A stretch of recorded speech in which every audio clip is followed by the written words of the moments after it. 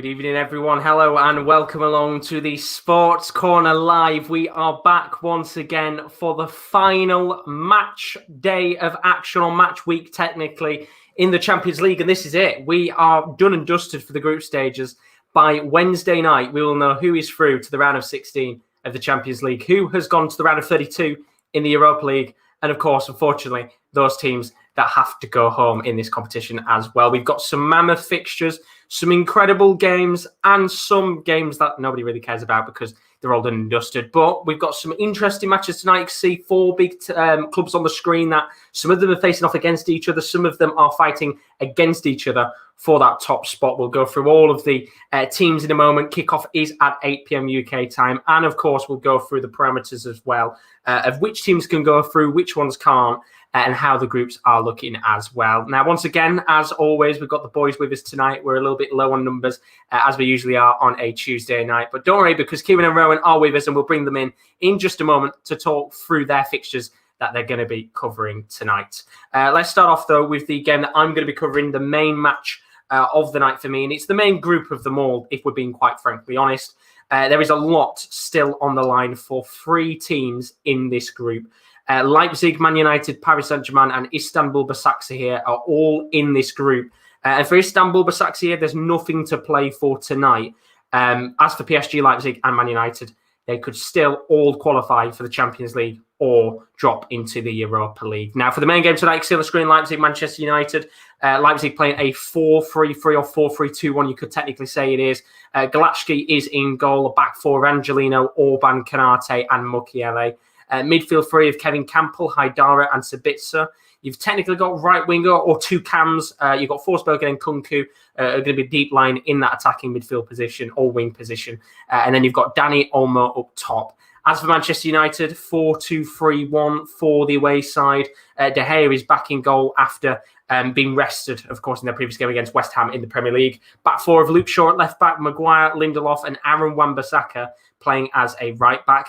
Matic and McTominay as the two central defensive midfielders. Now, an interesting call tonight from Manchester United's manager, Ole Gunnar Solskjaer.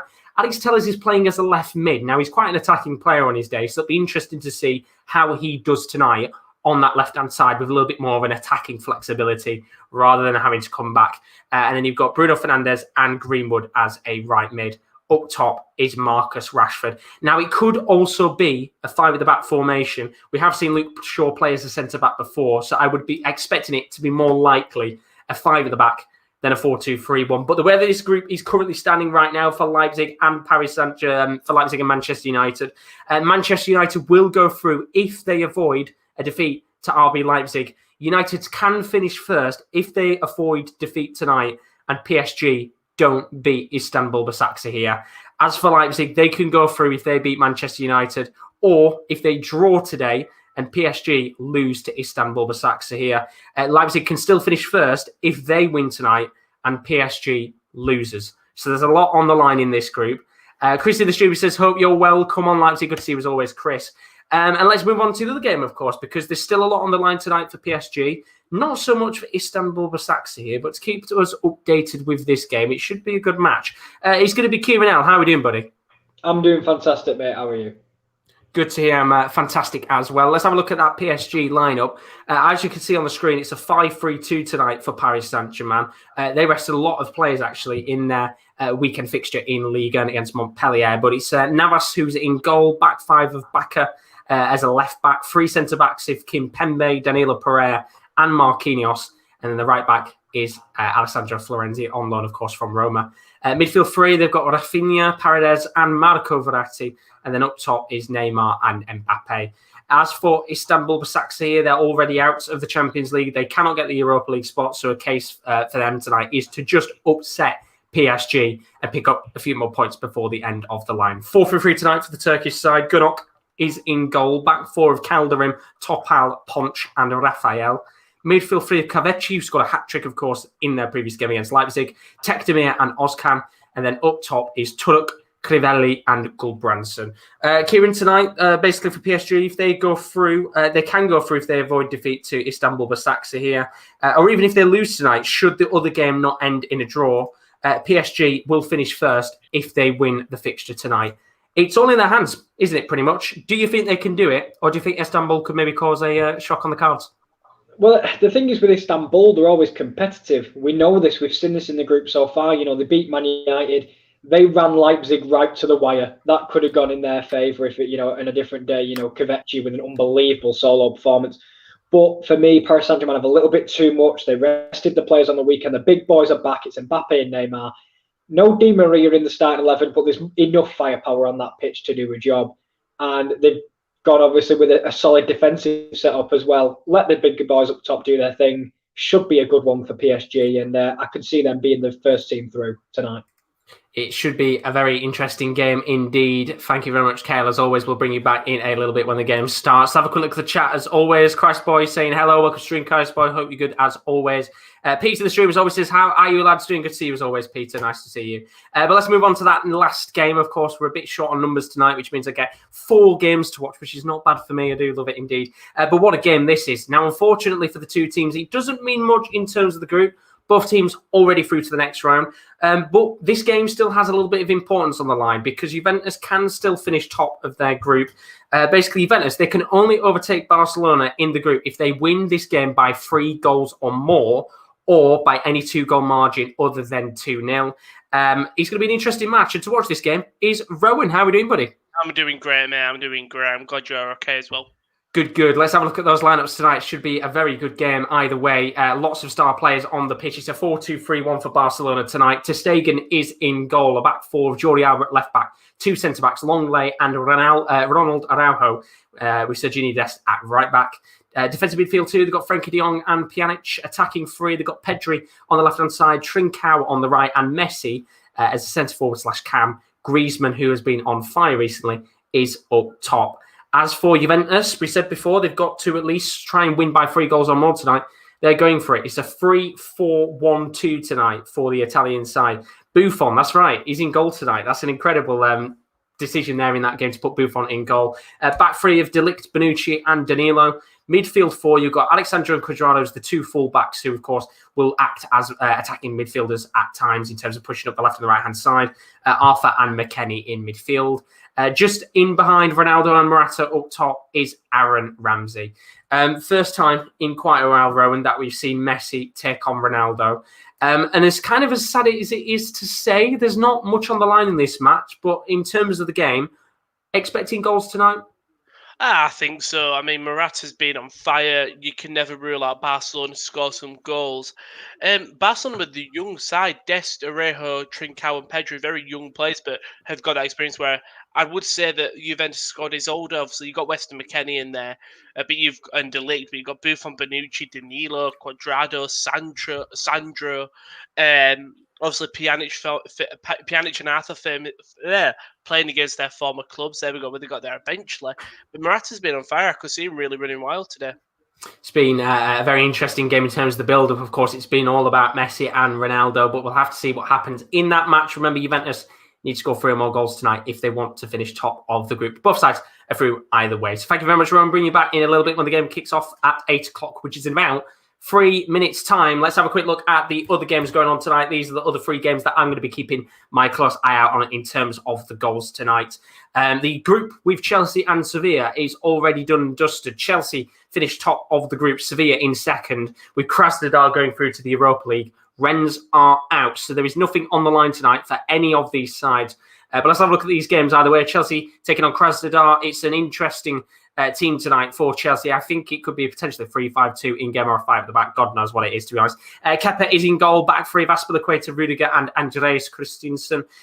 Just in behind the midfield 4 is Jorginho.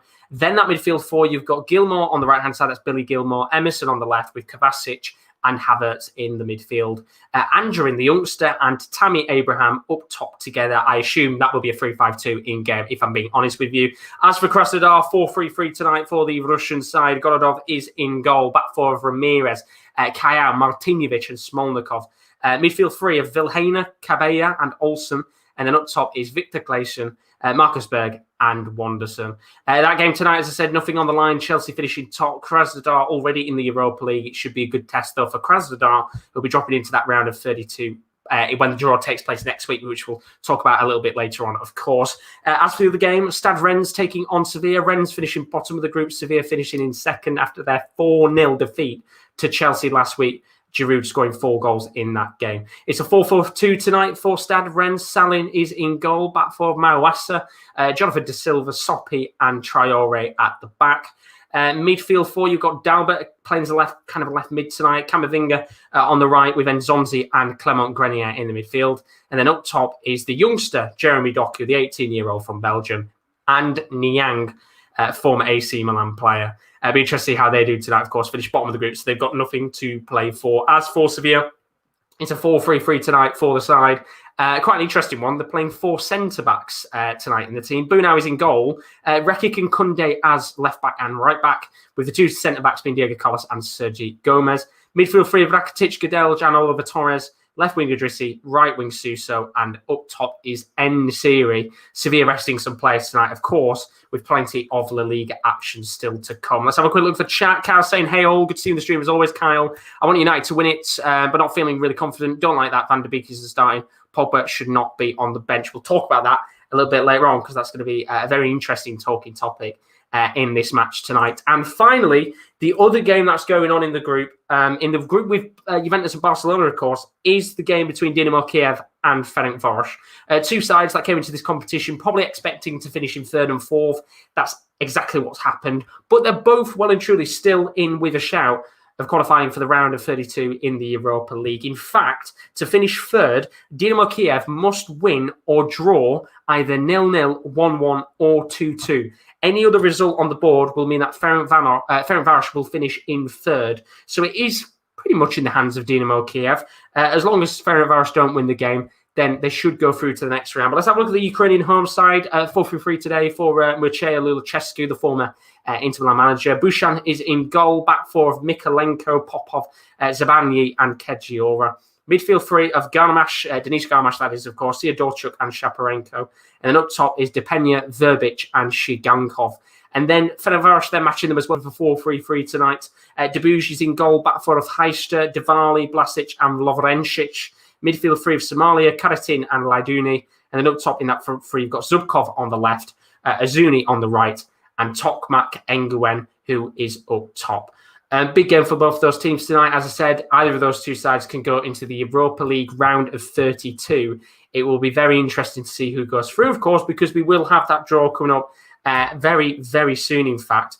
Now, the games are about to kick off in just a moment's time. You'll have seen a couple of the games going on in today's Champions League action. Lazio with a 2-2 draw against Club Brugge. Unfortunately for Brugge, it does mean they drop into the Europa League. As for Dortmund, a 2-1 win against Zenit means they finish top of their group, going into the Champions League knockout stages.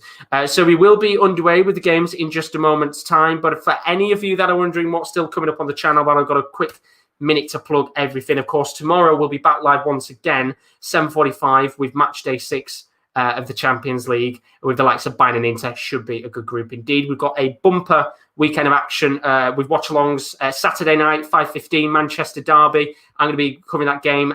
We've also got Real Madrid, Atletico Madrid straight afterwards at 7:50. Be interested to see what happens in the Madrid derby. And then on Sunday, we've got PSG who are taking on Olympique Lyonnais in Liga, and should be a very good match indeed. Keep your eyes out because then on Monday, we've got the round of 16 draw for the Champions League. That's from 10:45, might be a little bit earlier to be fair. And then straight afterwards, around 11:45, we've got the round of 32 for the Europa League. That's going to be interesting to see what happens there. And then, of course, as always, we've got the Abu Dhabi Grand Prix, the final F1 Grand Prix of 2020. That's on the 13th of December at 1 o'clock. It should be interesting indeed. And then everything starts at the Ali Pali with the World Darts Championship, 15th of December at 10:06. Should be a very interesting night of action from the Ali Pali. But we've got an interesting night of action to come in football because it's all about the Champions League tonight. And we are about to get underway in this game between RB Leipzig and Manchester United. Remember, it is winner takes all pretty much in this situation, depending on what happens in the other game tonight between, of course, Paris Saint-Germain and Istanbul Basaksehir. So the games have kicked off. We are underway. And without further ado, let's just take a little opportunity to look at the tables and how they currently stand before the goals start flying in, because usually I try and do this and the goals have gone in quite early on. So as you can see on your screen now, let me just take off the Manchester United score there. We already know Group E is done and dusted. Chelsea finishing top either way. Sevilla will finish in second. Be quite impressive, in fact, for Krasnodar to finish third on 8 points. Wouldn't look bad for them in the end. So it has to be 7 points, of course, because they're drawing right now. But still, 7 points isn't bad. Group F, Dortmund already winning their game today, as Lazio got a draw, which means they're both through to the next round. Bruges, valiant effort from them to try and get into the knockout stages. Ultimately, though, not enough. 8 points on the board means that they will be going into the Europa League knockout stages, round of 32.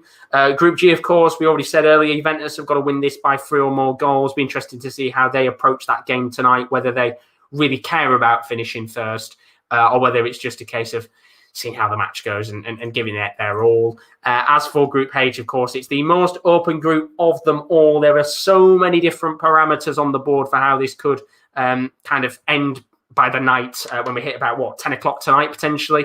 God knows who's going to be finishing in the group, because as it currently stands right now, we've had a plethora of opportunities in this game, and it'll be interesting to see what goes on in that match. So RB Leipzig taking on Manchester United should be an interesting game indeed, and I think we could have the first chance of the night here. Sabitzer hits a ball long, comes into the path of Angelino, and it's in the back of the net. It's 1-0 to RB Leipzig after 2 minutes, and it's a Europa League party potentially on the hands for Manchester United. And it's the man who seems to be scoring a plethora of Champions League goals right now. Angelino opens the scoring with 2 minutes on the clock. RB Leipzig 1, Manchester United 0. It's not the start that Manchester United wanted. And in fact, to be fair, I should have seen it a second ago, because it looked like, of course, it updated on the screen with how the points are. Completely missed it. 12 points it means RB Leipzig are on, which means as it currently stands, Manchester United will drop into third place on 9 points. PSG, wouldn't matter right now what the score would be in their game. They would finish in second either way. But Manchester United 1-0 down. Angelino with the early goal in this fixture. We've got a game on our hands after 120 seconds, if that. And it's a really good finish. I think it's just outside of the box. Hits it low into the bottom right-hand corner.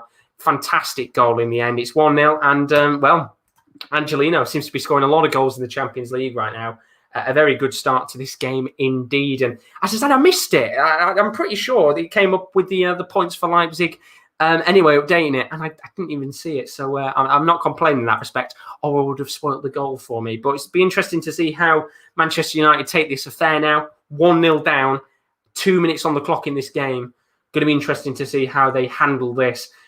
Because it is it's like a final, this match. Winner takes all pretty much, and they've got a lot of work to do. Let's have a look at the chat very quickly, see what you guys are saying. Alexis in the stream says, good evening, boys. Are you going to do a reaction to the World Cup draw? It's already done. Already done and dusted. The World Cup draw has been done. It was done yesterday, I think, for the qualifiers. So it'll be interesting, of course, to see what happens with those qualifiers at some point. But they were done yesterday, the qualifying draws. And to be honest, we couldn't be bothered. It's not that we couldn't be bothered to do it. It's just it was one of those where there's not many big ties you could get in the in the qualifiers, just because of the seedings and everything like that. But Kyle has put in the chat, I really didn't see this coming, and it's a poor start from Manchester United in this game. And I think just looking at it, I think Bruno Fernandes is in the book after 4 minutes on the clock. Early yellow card in this game, and just to make sure, he's complaining to the referee here about something, and the referee just giving a yellow card almost instantly in this match to Bruno Fernandes, so he's got to watch out.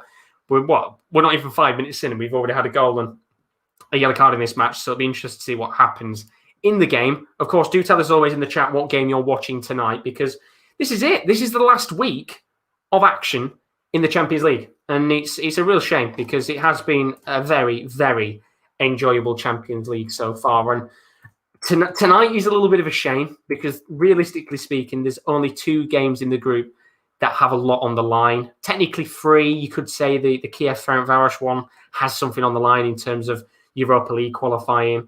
And I mean, you could maybe say as well, Barca Juventus for the top of the group. But in terms of how open things are, it is that group between PSG, Manchester United, Leipzig, that has got everything on the line to play for a numerous amount of clubs. While tomorrow, we've got a load of action because, of course, it's the group with the likes of Real Madrid and Gladbach in, which will be a very exciting group to watch indeed.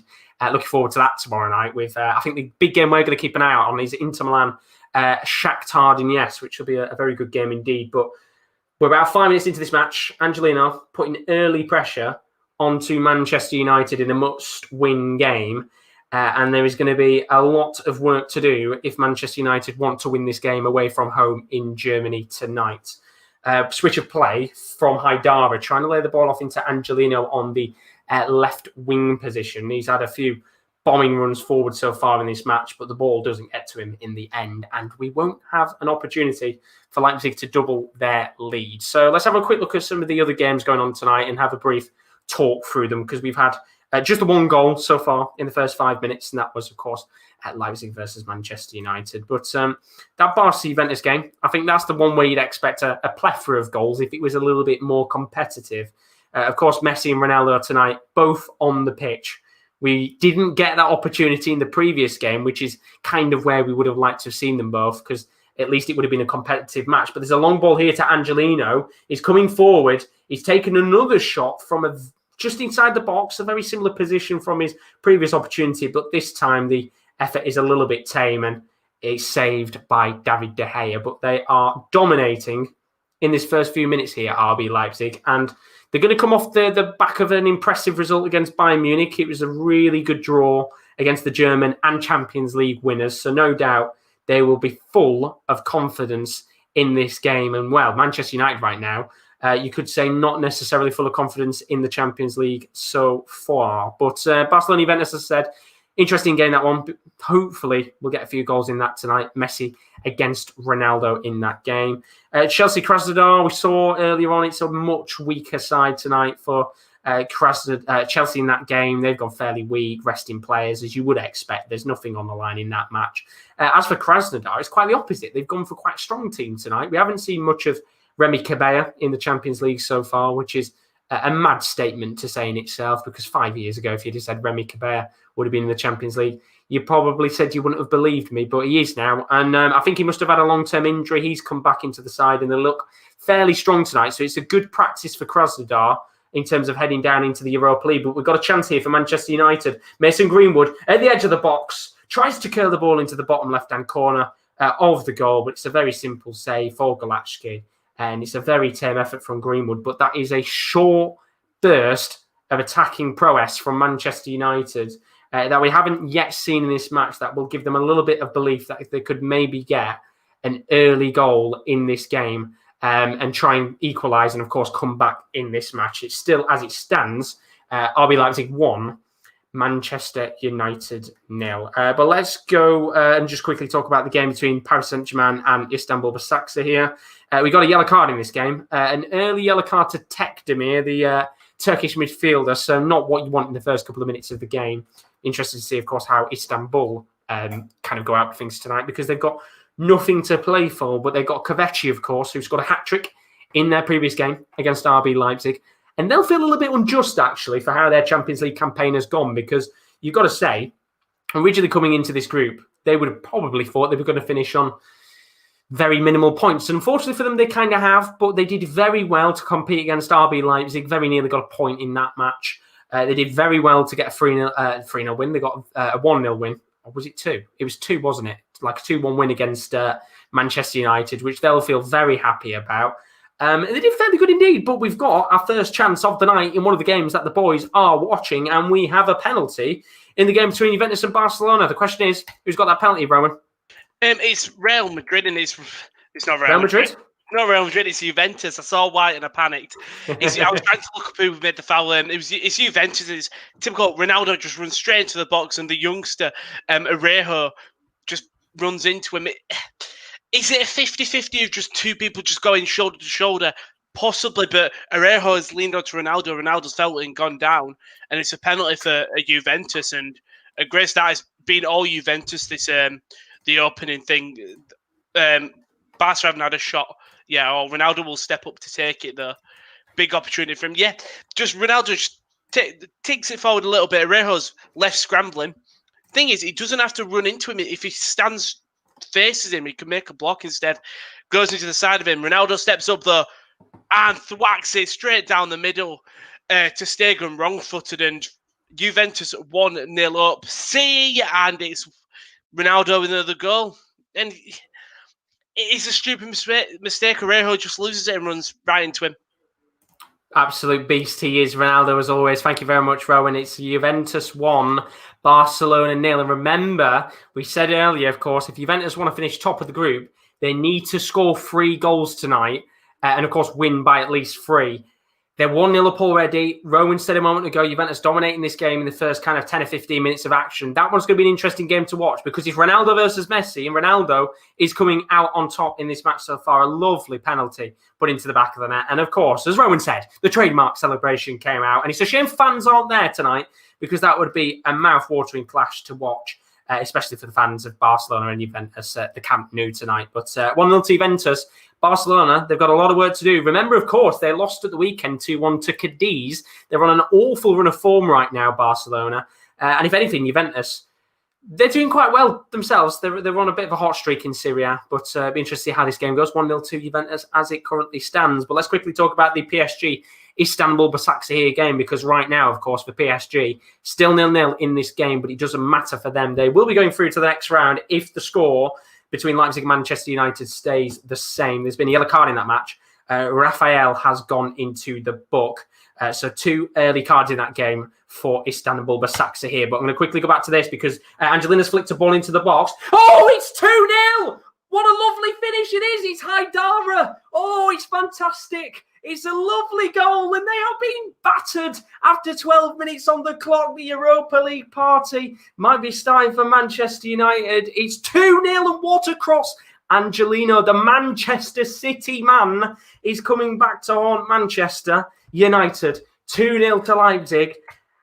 What do you do? What do you do? Because they look awful right now. And as I said, you know, they're coming off the back of an incredible result against Bayern Munich. An absolutely fantastic result. The momentum will be there for them, but that is a brilliant cross into the box from Angelino. He whips it just towards that right-hand side of the near post. Haidara, he runs into the box completely unmarked. There's Forsberg next to him. Either of them could have gone for the shot. He's put the ball into the back of the net. It's 2-0 RB Leipzig. Manchester United have got a lot of work to do to get back in this game. 2-0. But let's go over to Kieran L because there's been a red card in his game versus PSG in Istanbul Basaksehir. The question is, who's got the red card, Kieran? It's Basaksehir, but it's a member of staff. So don't worry about it, Josh. Don't excite them. No, it was, to be fair, not much has happened, so I thought I'll come in. To be fair, it was a scissor-esque challenge from Kimpembe, and clearly they're not happy about it on the bench. And one of the members of staff has come up and really got close to the referee's face, really ranting and raving. So he's just been sent off. Well, it's a staff member. You got me excited. Yeah, no, sorry, Josh, but it has been feisty, to be fair. You know, the 2 yellows for a Basaksehir player and then a sending off. Sadly, not for anybody on the pitch, though. It's a shame indeed. Still 0 as it currently stands. And well, PSG won't care right now because Manchester United are 2-0 down to RB Leipzig within the first 15 minutes. It was a winner-takes-all game. And right now, RB Leipzig doing very well indeed. And I've got to say, it's very, very similar to the previous game against Paris Saint-Germain. The first 15 minutes, Manchester United have barely had a touch on the ball. And this is exactly what Paris Saint-Germain had to do in their previous game against Manchester United. They had to take that first 15 minutes where they were battering them left, right and centre, made the most of those opportunities and put the ball into the back of the net. They didn't, and it very nearly cost them, apart from, of course, later on in the game where things got better. RB Leipzig right now are doing exactly what they need to. Very clinical, very organised, and Angelino has just put another long ball towards the path of Forsberg, this time into the hands of David De Gea. Fantastic start for Leipzig. Manchester United, they need to do something incredibly quick if they want to change things up in this game. But let's quickly talk about the chat. I think it's Nunana. Thank you very much for joining us in the stream. Good to see you in the stream. Thanks very much, as always. Carol says, are United playing with back 5 because our defending is crap? It looks like to back 5 to me. I honestly don't know kind of what's going on with the back line right now. It's shocking right now in terms of how they've played. Chris has put, I got a feeling tonight's going to be a good night. Of course, Black Eyed Peas song. And the Cavs put, Maguire, our so-called leader and captain, do something. Don't just stand there useless. And as I said, it's poor defending. It's very poor defending. He's completely unmarked, Haidara. It's a lovely, simple finish. But Angelino right now, with the ball, just an intricate ball putting from the left wing. It's a credible cross from the Spanish left back. And as I said, a former Manchester City player. He's haunting Manchester United even now. Still 2-0 in that game, of course. Manchester United, they need to get a goal back before half-time, at the very minimum, in my opinion, and they've got to do something quick. Kieran's just put in the chat that the red card for the staff member, they have still been arguing about that one. That's not going to change anything, but Leipzig are coming forward again here. It's Angelino, who tried to flick a ball towards the path of Olmo, who's playing as a striker. Slight deflection from Aaron Wan-Bissaka gives the ball back to Angelino again. He's going to put a cross into the box. This time, Forsberg's there! Forsberg's missed it! Oh, it was the gift of an opportunity for the Swede. He should have made it 3-0. How is that not 3-0? He takes a touch. He's literally on the penalty spot. He takes a touch and he puts it wide of the left-hand side of the goal. I have no idea how that is not put into the back of the net. It really should be 3-0 and Manchester United living a high life right now. Kieran L has put, they're still arguing about this one. I'm going to bring Kieran in for a second. Play's been stopped here. What's going on? It's been stopped for 5 minutes, Josh. I've got no idea what's going on. The fourth official's over there talking to everyone. The ref's there talking to everyone. Demba Ba has took himself from the bench to come and have a word with the ref. He's been stood there for 3.5 minutes or 5 minutes. And we are still stopped on this game, and I'm not really sure why, because obviously I don't have audio on, which is really bad at a time like this, because I have no idea what's going on. Interesting indeed. I'm going to try and find out what's going on in that situation, but it's still 0-0 as it currently stands, and it's going to stay 0-0 for a few minutes, it looks like, because they are complaining and ranting. Still not bad.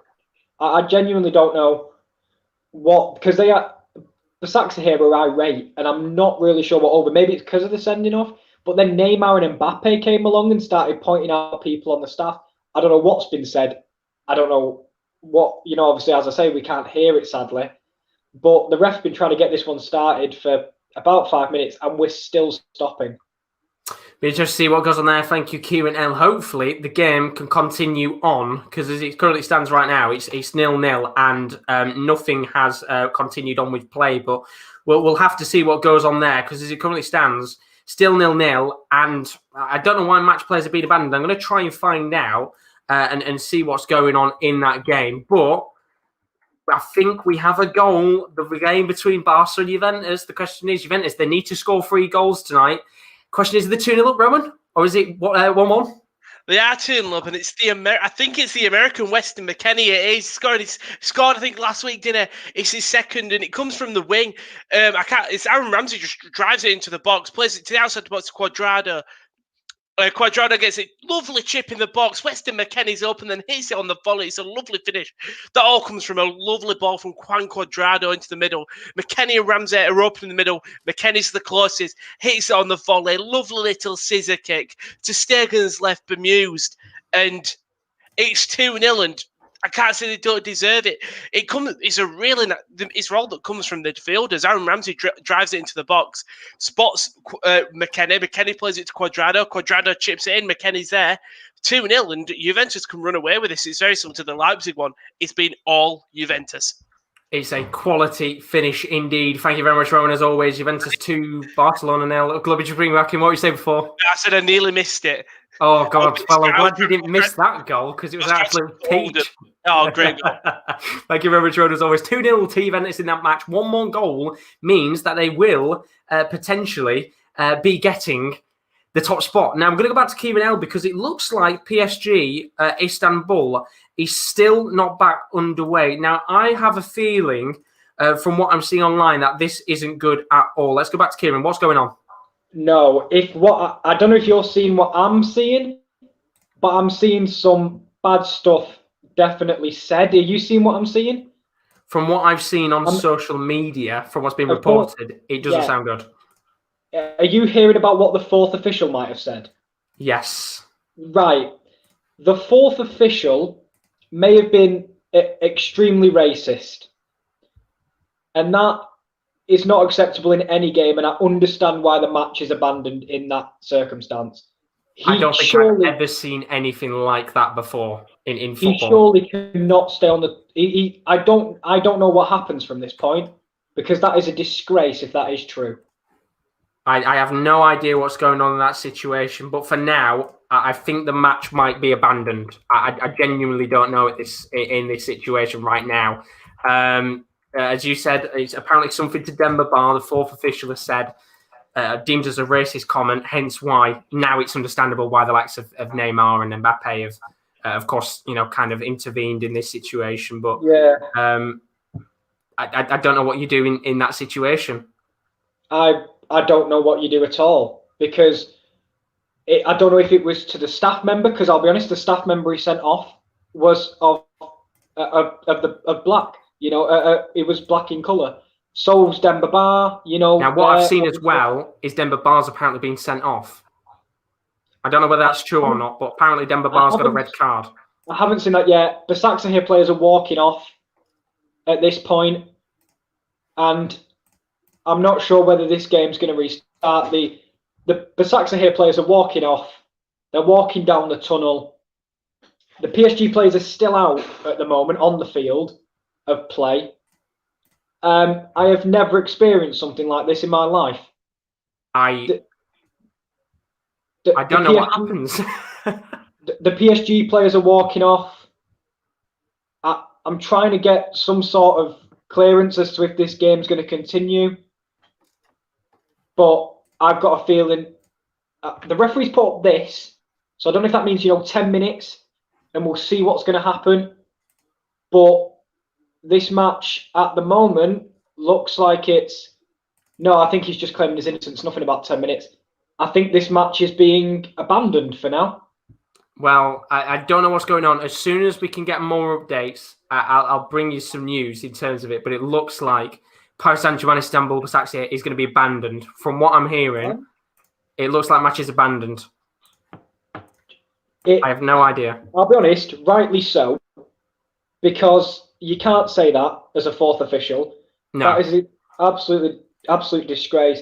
Yeah, I've just seen the fourth official being accused of racism by both sets of players. So if there's both sets of players saying it as well, obviously say the staff member got sent off, he was black. Demba Ba came down from the bench. That understands why. Of course, PSG, Neymar, Mbappe all came down. That makes complete sense. I don't know. I don't know if we're going to get a game back. Josh, what do we do? Josh? I don't know in this situation. If you want for now, put another game on. I'd highly recommend probably put Kieran on for a competitive game at the very least. We'll try and keep updated with the PSG Istanbul match. I have never seen anything like this in football, in terms of a match official being accused of it. Exactly. And I'm sorry, this is absolutely disgraceful. I'm seeing, I know what you're saying. I think there's lots of kind of similar reports, but all saying different things. But it is to do with the staff member that got sent off, and they have both walked off the pitch. So I don't know. Unbelievable. Well, as for now, we'll come back in a little bit, and I'll try and keep everybody updated with what's happening with that match between PSG and Istanbul. Thank you very much, Kieran. As for now, put whatever game you want on in terms of the matches, but we'll find out what happens there. We have had a goal elsewhere. Thank you very much, Kieran, by the way. We've had a goal in the game between Chelsea and Krasnodar.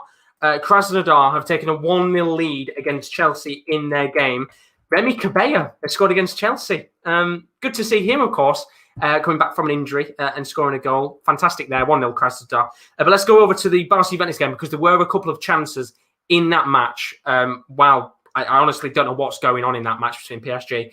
As it currently stands, Rowan, 2-0 in that game. Who's had the better of the chances? Well, I didn't know whether to put I put the chance in just in case it had been resolved. Also, if you check Get French Football News, there, keep on updating.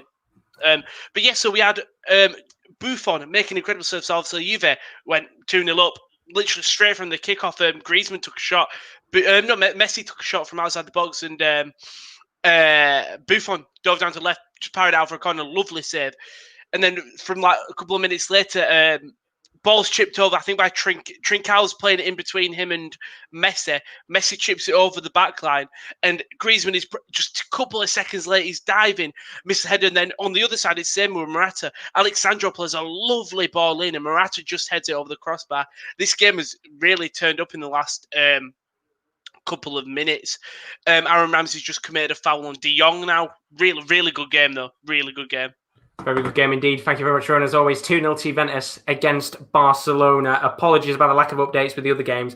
I cannot believe what we've witnessed in the game. Istanbul Basaksehir have just tweeted out no to racism with a picture of the no to racism picture with respect.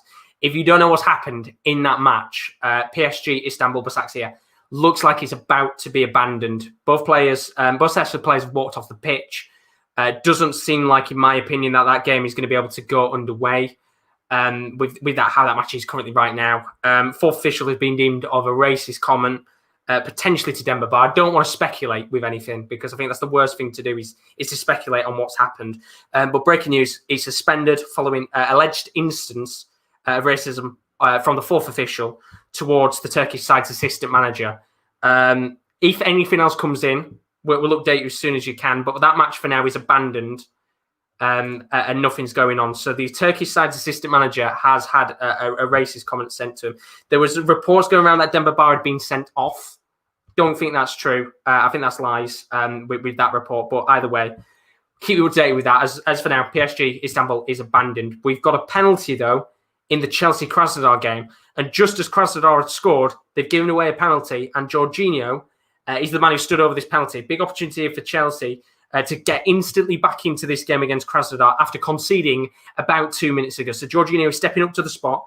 Big opportunity for him to put the ball into the back of the net. He's missed a few penalties recently. He just a hop skip, and it's a lovely finish into the bottom right-hand corner.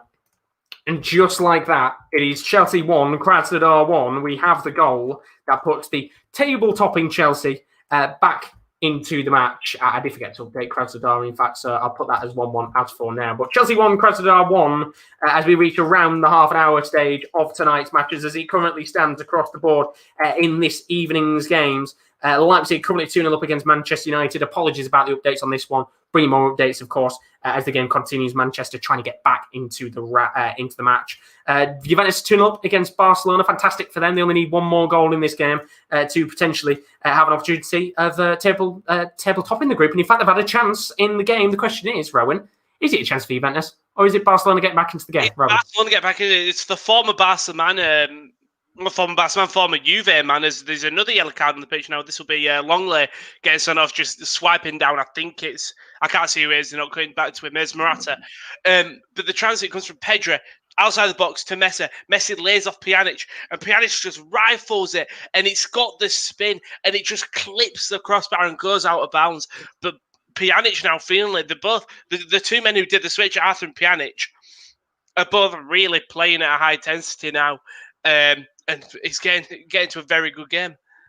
Very good game indeed. Thank you very much, Ron. As always, 2-0 to Juventus as it currently stands. We have got about 15 minutes of action left there. Chelsea 1, Krasnodar 1. Dinamo Kiev still 0-0 against Ferencváros in their match. And Stade Rennes also 0-0 against Sevilla. And then, of course, the news you might have just seen. PSG Istanbul Basaksehir.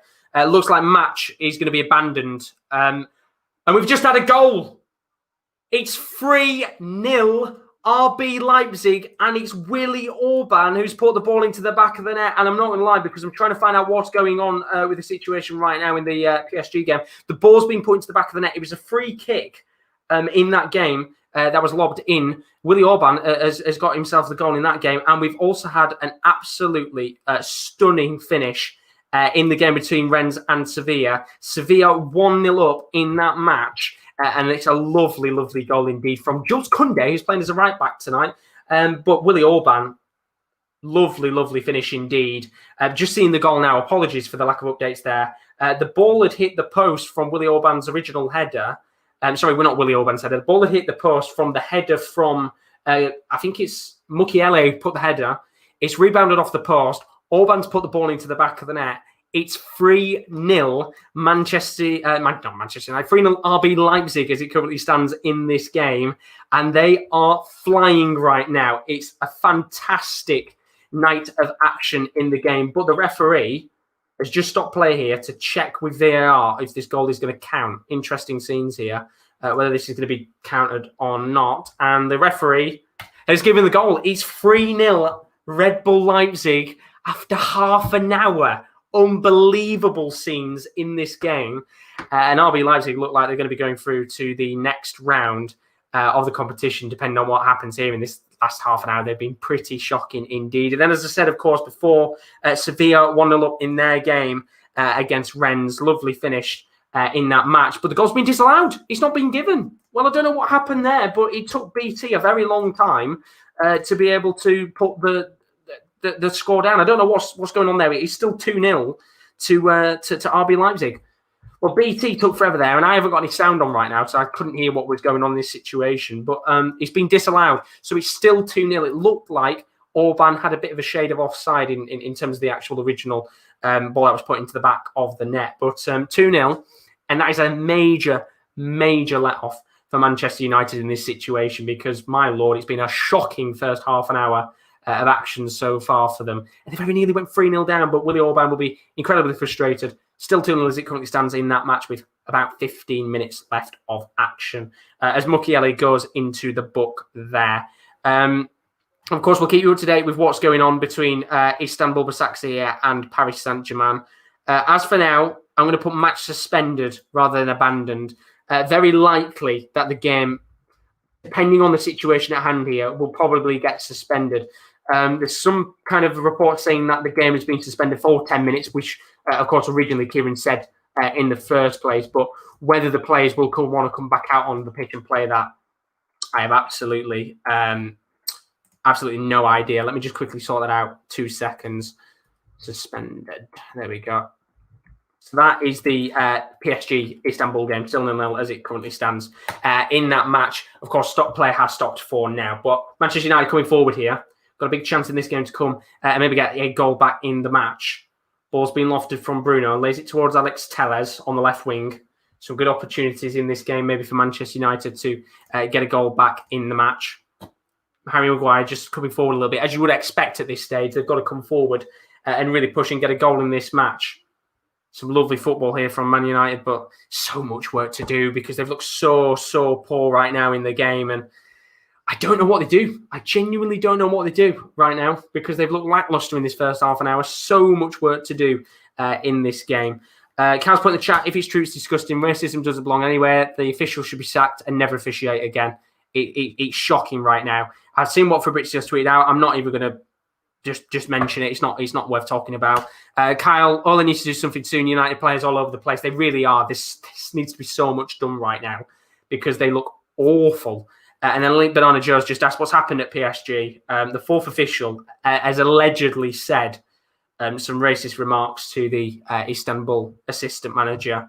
Now, a player's been suspended for now. There's no indication of whether the player's going to continue or not, or whether the match will be abandoned. But of course, the problem with this in this situation, and of course, I don't know what you do in this situation because this group is so tight right now between PSG and Istanbul Basaksehir and the rest of them. It is a game that has to be played. It has to be at some point because of how tight this group is right now and the complexions of what it means to the likes of Leipzig and Manchester United and PSG. Depending on the result of this game between Leipzig and Man United, it could have major implications to the rest of this group. But that's something to talk about for another day, whether this game continues on or not. But as for now, that game is suspended. No indication of when that one will continue in some just awful scenes in the Champions League right now. It's something that we shouldn't even be talking about at this stage. But as of right now, let's talk about the Manchester United match. It's still 2-0 in this game. And there's going to be another yellow card coming out here. I think Forsberg, sorry, Sabitzer is going into the book here, taking down. I think it looked like it was McTominay taken down just towards the halfway line. And this could be a good little opportunity maybe for Manchester United to try and get a goal back in the game. As I said, in my personal opinion, if they can get a goal back before halftime, then it will make things relatively interesting in this game going into the second half. Remember, if it stays as it currently is in this match, Manchester United will be dropping down into the Europa League. RB Leipzig will be going into the Champions League and finishing top of the group. Of course, it all depends on that PSG game, but that's not happening right now. No indication of when that one will continue on. As I said, I'll try and keep you as up to date as we possibly can with that. We will, of course, when we hit halftime, start talking about these matches. Unfortunately, it's a sad thing to talk about. KD not with us today to watch the matches, neither is Will, so we will have them back tomorrow. But we do have Rowan and Kale as always. We will talk to Kieran, and Rowan at halftime, talk about the stats and everything going on in the game. But it's a shame right now because, of course, KL was watching the game between PSG and Istanbul. It is a topic we'll have to talk about, sadly. Shouldn't be something that we're talking about in the Champions League. It's ludicrous. But either way, Juventus 2-0 up against Barcelona in their match. Fantastic for Juventus right now. Really good performance so far. One more goal in that game means that they will go to the top of the group. And as it currently stands in this first 40 minutes of action, they've done very, very well indeed and look like they could score a couple more in that match. Chelsea Krasnodar 1-1 as it currently stands in that game. Doesn't mean anything in terms of the group. Krasnodar already in the Europa League. Chelsea finishing top of the group anyway, so that it's a nothing match. Kiev and Ferencváros still 0-0 in that game. Very, very tight game indeed. Both teams could potentially still get into the Europa League round of 32 tonight, which would be certainly an achievement for either side. Remember, Ferencváros have played the most games in the Champions League this season. They started off right at the beginning, all the way at qualifying, which is absolutely incredible, the amount of fixtures that they've played so far. And then, of course, Stade Rennes, Sevilla. That one right now, Sevilla 1-0 up. Once again, it's a nothing game. Sevilla in second. Stade Rennes finishing bottom either way. So nothing is going to be going on with that. The game between PSG and Istanbul, I've just got some news, is now officially suspended. So no indication that that game is going to continue on tonight so far. So it's suspended now.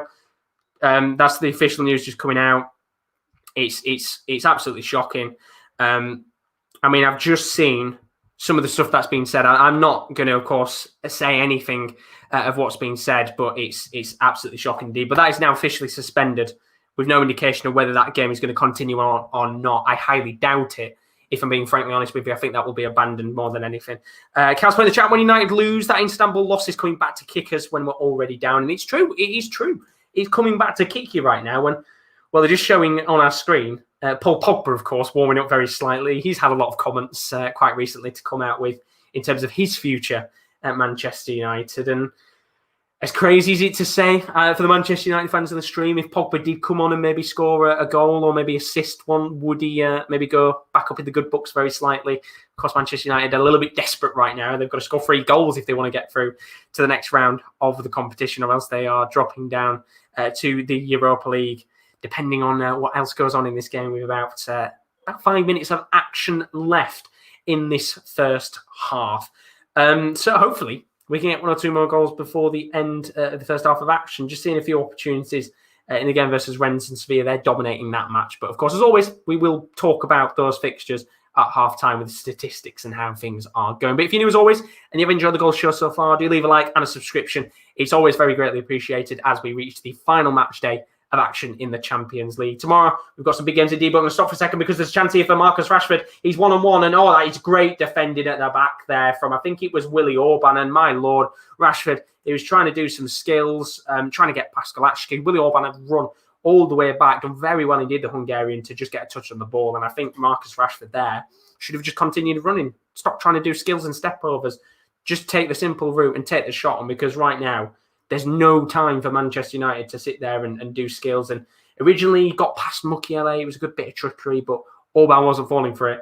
And it still stays 2-0 in that match to RB Leipzig. Could have been 3 had Willie Orban's goal about 5 minutes ago not been chalked off. Let's have a look at a few of the other games going on right now. As I said, Juventus 2-0 up against Barca in their match. Good so far from Juventus in that game, doing really well indeed. Ronaldo with a goal in that match, which is the one thing we all wanted to see, of course, in the game, Ronaldo versus Messi. And Ronaldo is the man who is delivering right now in that match, doing very, very well indeed. Let's have a look at the chat right now. I'd rather be fighting in the Europa League than have Pogba scoring a hat-trick to seal qualification. I think, to be fair, there will be a few fans who will probably think the same way right now in terms of Pogba scoring any goals in the match at the very least. But I think he'll probably come on at some stage, and I don't know why. I feel like he will, because no Martial, no Cavani, I think, today. They are missing a few players, but they're going to have to go for it at some point, and you never know. Maybe we might even see Odion Ighalo come on at some stage if Manchester United need a few more goals in this match. He's been one of those players that's been in the shadows quite recently, and you never know if they get a little bit desperate in this game. We could see him come on at some stage, but we're down to the final 5 minutes of action in this game between Leipzig and Man United. We will be around about the 40th minute in the majority of other games tonight. Of course, the PSG game is suspended, so we won't have any more information on that match. But 2-0 to RB Leipzig. But let's go over to Rowan, because we've had our first chance in a little while. The question is, Rowan, who's had the chance of the game between Barcelona and Juventus? It's Barcelona. It's lovely link-up play. It's Pedri. Lovely little 1-2 with Alba. Alba to Pedri. Pedri back to Alba. Alba's cut inside. Goes for the cross. Goes to Griezmann. Griezmann can't turn. Plays it through to Messi. Messi can't turn. Plays it to Pjanic, who should have hit it first time. He doesn't. He pills it all the way to Serginho Dest, who just drills the ball in, and Griezmann, he just misses Griezmann's head. But Barcelona have really come back into this game. But I say that, and now it's Juve. Oh, who is that? Who was that? Who just thought, oh, it's Aaron Ramsey, just playing makeshift striker because he can. Just absolutely having a dig. Goes over the crossbar there, but both Barca have come back into this game, but the problem is there's been in so many crossing opportunity spots, just haven't crossed in. Because, well, they don't have that danger, and at least Juventus have. Ronaldo, even Morata's good in the air. Barcelona don't have that. Griezmann's not winning any headers, and your other attacking players, Trincao and Pedri, are not the tallest, and Messi as well. Like, they're trying to cross. They've got crossing opportunities, but because there's no one in there to win it, they try to pass it around, and it's just not paying off. A lot of work for Barcelona to do right now. Thank you very much, Rowan. As always, 2-0 to Juventus in that match. One more goal for Juventus means that they will go to the top of the group. They need to score. They need to have a 3-goal deficit in the game if they want to finish top of the match, of the group. Well, I mean, for a second there, my BT Sport just went back to the studio. They're putting makeup on Gary Lineker. I don't want to see that. I want to see what's going on with the Leipzig game, because it's 2-0 as it currently stands in this match. Just looking right now, apparently, the footage was shown on BT Sport in terms of what was going on in that PSG Istanbul game. Mbappe was encouraging PSG players to come off the pitch, which is absolutely correct. It's the right decision at the end of the day. That game, of course, is suspended right now. I think it will be abandoned, but I can't say anything, of course. I think it will be abandoned. I can't see that game continuing on at all. But as it currently stands, Leipzig, Man United 2-0 in this game. Manchester United coming forward, trying to get a goal back in this match. As I said, I thought they need to get one before half-time here, but Haidara's coming forward on a counter-attack. Luke Shaw's wiped him out at the halfway line, and the referee is going to give a yellow card here to Luke Shaw. He's protesting the decision, but at the end of the day, it's been given as a yellow card, and I think it's the right decision in the end. Now, Ole looks like he's been fairly vocal about that decision as well, the Luke Shaw yellow card. I think he might go into the book here as well. Just find out what's going on in this situation. I don't know what's really going on here. Ole's been very vocal. I think a few of his staff members have been fairly vocal as well about that tackle from Luke Shaw on Haidara. But I don't really know what's going on here. It's just a really poor showing right now from Ole Gunnar Solskjaer, and a really poor showing mainly from his Manchester United team. They've got so much work to do in this second half. I really don't know what they do in this game to get back into it. They've looked... I'll give them credit. That first 15 minutes, they looked awful. And they very nearly conceded that third goal. But they've looked a little bit better before half-time. But they need to do something in this game if they want to get something back in the match. But let's go to Rowan, because there's been a chance in his game between Barcelona and Juventus. Of course, still 2-0 to Juventus in that match. The question is, was it a chance for Barcelona or for Juventus, Rowan? Yeah, it's Barcelona and it's Messi. Again, Alba linking up the play. I think it's Alba to Messi, back to Alba. Alba plays it back through to Messi, who takes a nice little touch. Goes for the shot, and it's caught by Bonucci but fumbled. But there is VAR checking it, because it's a potential penalty check, because when Messi goes to shoot, I think Bonucci is holding his shirt. And this area scored for Sevilla, by the way. It looks like Messi. Messi doesn't go down, he stays up and he gets a shot. The VAR is still checking it, so I don't know whether you want me to go, and then I'll tell you if there's a pen. You might as well stay with us, as you said. And Nasiri has scored. Cross from the left wing from, I think, Osama Drissi whips the ball into the box. just trying to see what's happening now. So it's a lovely bit of tricking from Oliver Torres. It's actually Oliver Torres who whips the ball into the box. It's a great finish from En-Nesyri. It's a near post header at the left-hand side. Lovely finish. And it's 2-0 to Sevilla just before half-time in that match. Oh, well done, Sevilla. They're my boys, they're my Spanish lads. By the way, the check over, no penalty, because it's Messi who goes down on the side. It's actually, who were it? Cuadrado, I think, either trips over Messi or trips over his own feet. And in going down, it looks like he's tripped Messi, and Messi's just slipped over. Speaking of him, he crosses the ball in. And then he's offside, and the whistle will probably go for the end of the first half. Thank you very much, Rowan. As always, 2-0 to Juventus as it currently stands against Barcelona. We are about to head towards half-time in our fixtures tonight. We'll, of course, go through all of the games in a little moment. We'll talk about the stats. We'll analyse the matches. And, of course, we will have to talk about that incident as much as we don't want to. If you don't know what happened, we'll talk about that at half-time indeed. So as it currently stands, we've got about a minute and a half left of the game between Leipzig and Manchester United. 2 minutes of additional time in this one. Of course, Luke Shaw did get a yellow card in the end after the debate with the referee and Ole Gunnar Solskjaer. We are at half-time in the game between Barcelona and Juventus. 2-0 to Juventus as it currently stands. It's been a pretty poor performance so far from Barcelona. One more goal for Juventus will put them to the top of the group, which would certainly be good for Andrea Pirlo's side. We've got half-time as well between Stade Rennes and Sevilla. We'll talk about that one in a little bit. We've still got a few games going on in the background as well. I think Chelsea and Krasnodar is the other game at half-time. So he's still playing, not at half-time yet, while RB Leipzig and Man United's got about 50 seconds left of the game. So let's see what happens as Manchester United look to try and get back a goal in this game and make things interesting for the second half. And right now, the ball is currently in the defensive half of play with Scott McTominay. Interesting to see here. Well, man, you're doing the second half. They look so poor indeed.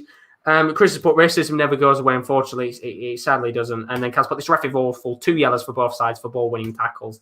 I've got to say, this ref has been notorious for making certain interesting decisions in games. And I'm not going to say he likes to make himself the star of the show, but I've seen a few occasions where he's ref games and he likes to make himself the centre of attention. But we've got 5 seconds left here. Harry Maguire on the ball just past the halfway line. And no doubt the referee will blow his whistle for half-time, which is actually continuing play here for a few seconds.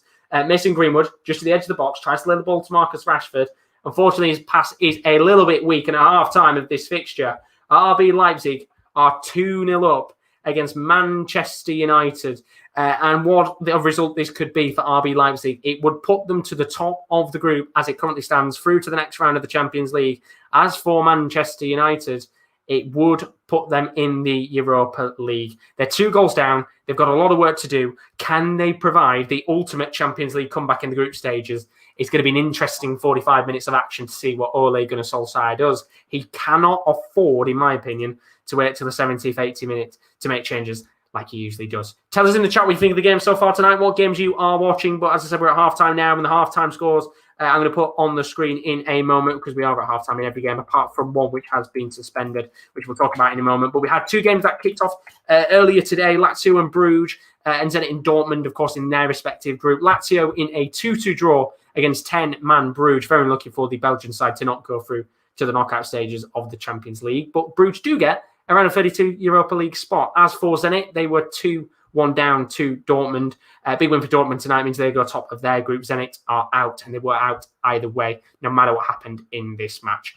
As for tonight's fixtures, RB Leipzig currently 2-0 up against Manchester United in their game. They could have been 3-0 up in the game had Willy Orban's goal not been disallowed. It was actually for an offside on the Hungarian. Right decision there in the end. And eventually Manchester United come into the half 2-0 down. Barcelona, they are 2-0 up. 2-0 down, to Juventus as it currently stands in that game. Juventus, fantastic tonight. They only need 1 more goal to go top of the group. Interesting to see what happens in that match into the second half. Barcelona have had a few little opportunities, but been a little bit quiet. We'll talk to Rowan in a few moments on that match. Chelsea, Krasnodar, 1-1 as it currently stands in that game. Chelsea, they were 1-0 down to Krasnodar, Remy Cabella, with the goal that was put into the back of the net. And then 2 minutes later, Krasnodar gave away a foul, and there was a goal put into the back of the net from penalty, courtesy of Jorginho. Dynamo Kiev 0, Ferencváros 0. Kiev and Ferencváros fighting for the Europa League round of 32 spot. As it currently stands, Kiev will be going through to the Europa League. And then Sevilla 2-0 up as it currently stands against Stade Rennes. Sevilla with 2 lovely goals in the game, one from Jules Koundé and one from En-Nesyri. And of course, we have to talk about it, unfortunately. as for now, match has been suspended between Paris Saint-Germain and Istanbul Basaksehir. 0-0 as it currently stands in that game. I think match play was suspended about 15-20 minutes into the game. If you're not aware of the incident, a fourth official has been alleged to have said a racist remark to one of the assistant managers for Istanbul Basaksehir. Now, apparently the game is reported to resume at 9 o'clock, which is in about 10 minutes' time. Of course, that is only reports. Whether this game just continue on or not, I don't know. But hopefully the game can continue on, and fingers crossed, we can have the match finished tonight. But as it currently stands, that is a suspended match. We'll have to see what happens in terms of that game continuing on. And I think we have to talk about that game first. We'll go to KL because, of course, KL was watching this match. It's something that we don't want to talk about. I mean, Lex has put, did Basaksehir walk off? They did walk off, as did PSG. And, of course, Kieran. What looked like at first just an incident in terms of kind of things being said between the officials and the referees and that. It looked like just a natural incident. Turned out to be, of course, a potential alleged racist remark. On the biggest stage in football, for something like this to happen, it is shocking, disgraceful, and is embarrassing to football. Just talk us through what happened. Well, as you say, nothing short of an absolute disgrace, because this is the top of football. This isn't Sunday League, uneducated people. These are people that are the top of the top, referees, fourth officials. And if it's there, then it's clearly everywhere. With all the things we've had this week, Josh, Booing taking the knee. I'm going to stop you for a second because some news has just come out. The Basaksehir president's just come out and said that the players, and this is on Turkish TV, he's just come out and said the players will not come back out onto the pitch if the fourth official ref has anything to do with the game. They want to clear up whether they will accept him being in the VAR box or not. So that's the actual Basaksehir president that's come out, but continue on. Yeah, no worries. That's completely fine, mate, because obviously we're getting reports as they come, and I did see a report saying it will come back at 10 o'clock their time, 9 p.m. our time, but we'll have to see. But as you say, basically what it looked like was there was a challenge that was like a scissor challenge by Kimpembe, and then I thought, some of the assistants have got a bit fiery, and they've come to say that it should have been something more than it was. Then the fourth official has pointed out who has said these things and decided to refer to him in a racist manner. I'm not going to repeat it. It should not be repeated ever in society ever again. We're past that time. But anyway, so then they start arguing, and I'm just thinking, because obviously sadly, Josh, we don't watch it with audio because obviously you'd be able to hear it while I'm speaking. So I just didn't know what was going on. I just kept saying to you, they're still arguing. But then as reports came out, you realised how serious this was. And then Demba Ba came over and he started saying, giving it to the referee because understandably so. There's been reports that Mbappe said that we should get off the pitch. Kimpembe also has been reported to have said, get your stuff and let's go. Let's go back inside because it's not worth it. It's an absolute disgrace. It has tarred one of the best tournaments in the world. And just when you think, we're starting to turn a corner, it's one step forward, two steps back. It's still in the game and it's an absolute disgrace. I don't know what else we can really say about it. We shouldn't be having this conversation in 2020. But that's sadly what it's come to. And at the top level, it's appalling. It is indeed, and it's of course it's completely kind of gone over everything tonight. Everything that's going on right now, all the games, it completely tars over it. Alexa's put in the chat, is it somewhat stupid? But I don't think there's any racist intent at all. I think if you haven't seen what was being said, then I think I would recommend Alexa having a look at it. And it might change your mind in terms of what's being said. I said, I'm not going to repeat it because it's absolutely disgusting. It's disgraceful. But it's one of those where it's embarrassing to football. Yeah, there's no need for if this is reported to be correct. Again, all reports, we're not at the game, we don't know. But if this is it, why don't just say the assistant 2 rows to the left? You don't have to do what this guy did.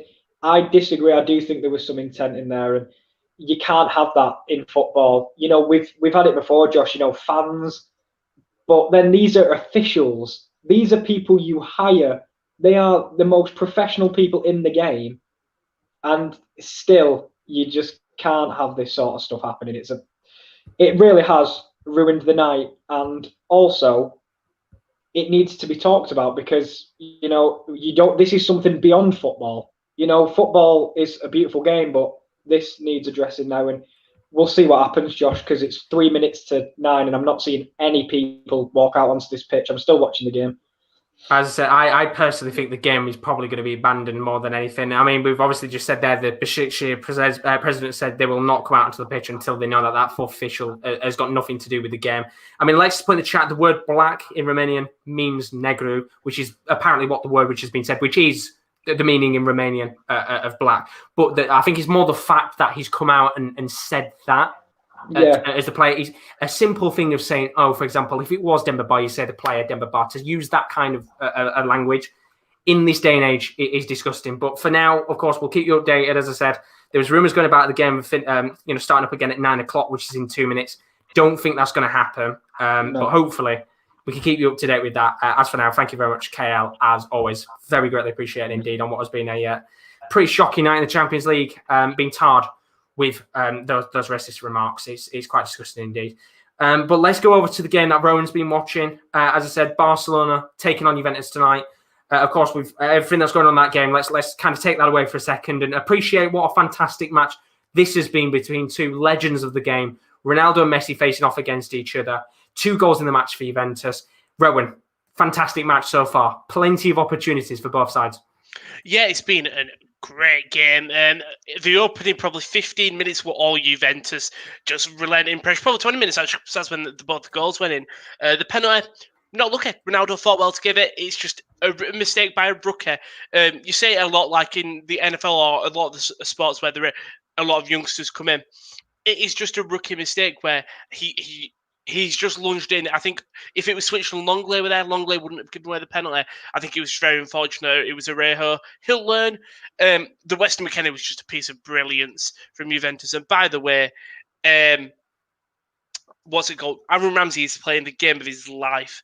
Like, if you're Arsenal fan, you'd be laughing your head off right now that this man left you on a free. Like, it's unreal. He's been put in so good for them today. Like, he was the reason the second goal came in. He just keeps on driving and driving. It's just unrelenting pressure. Pass it all the way out to Cuadrado. Lovely chip. He's still there ready, waiting for the goal.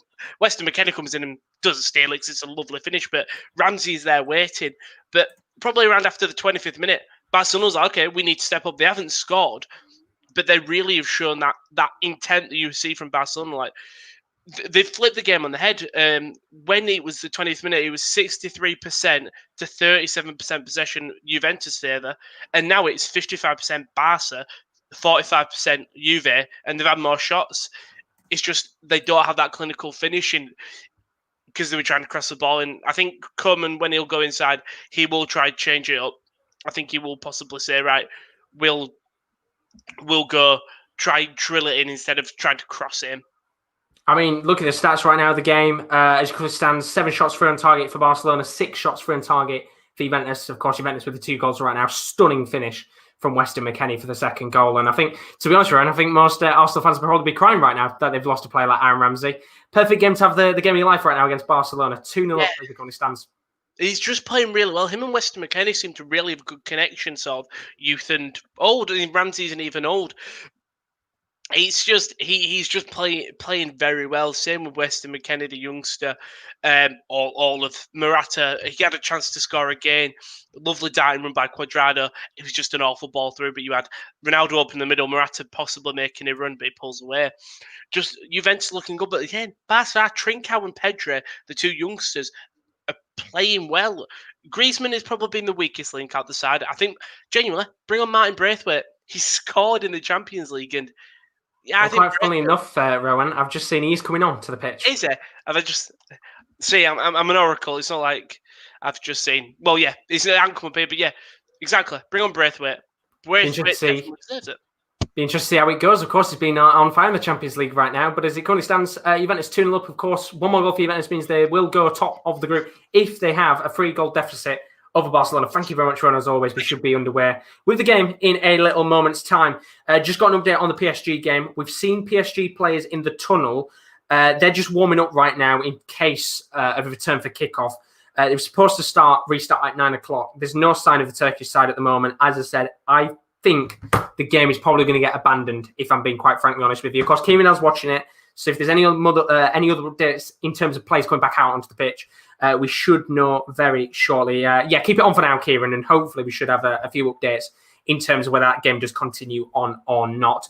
But let's very quickly talk about the other games. RB Leipzig, Manchester United, as it currently stands, Manchester United 2-0 down to RB Leipzig in a winner-takes-all fixture. It could have been 3 had Willy Orban's goal not been disallowed for an offside. Original goal from Angelino, lovely finish. Second goal was then an Angelino assist, lobbed to the right-hand side of the near post towards Haidara. It was a lovely, simple finish. Manchester United, they've got a lot of work to do as it currently stands. 6 shots, 3 on target for RB Leipzig. Manchester United have had 6 shots, 1 on target. Very tight in terms of possession. It is pretty much 50-50 between the two sides. Going to be interesting to see how that game goes in the second half. You would expect some changes from Ole Gunnar Solskjaer going into the second half of action. Let's talk about Chelsea and Krasnodar. As I said before, 1-1 between these two sides in a meaningless game. Chelsea are finishing top, Krasnodar already through to the Europa League knockout stages. Chelsea have dominated the game so far. They've had 9 shots, 2 on target. 1 goal, of course, coming from Jorginho's penalty, which was scored 4 minutes after Remy Cabert had opened the scoring. Krasnodar have had 4 shots, 1 on target. Of course, this for them is pretty much preparation for the knockout stages of the Europa League in February time. Let's talk about the game between Kiev and Ferencváros. Winner takes all situation in this match. That game is now back underway. As it currently stands, there's been no shots on target. In fact, there's only been 3 shots in the game. Kiev have had no shots, none on target. Ferencváros have had 3 shots, none on target. That certainly sounds like the most incredible fixture of the night so far in terms of opportunities. There's nothing going on in that game. But of course, remember, winner takes all in terms of the Europa League knockout spot in the round of 32. And then Stade Rennes Sevilla, that one is underway as well. 2-0 to Sevilla as it currently stands in that game. They've done very well so far. 56% possession to Rennes 44. They've had 6 shots, 4 on target the away side, with Rennes having 5 shots, 1 on target. So we will be back underway with some of these games. Now, let me just very quickly change that from half-time to the 45th minute mark. And we should have those games, as I said, underway now, which is always fantastic to see.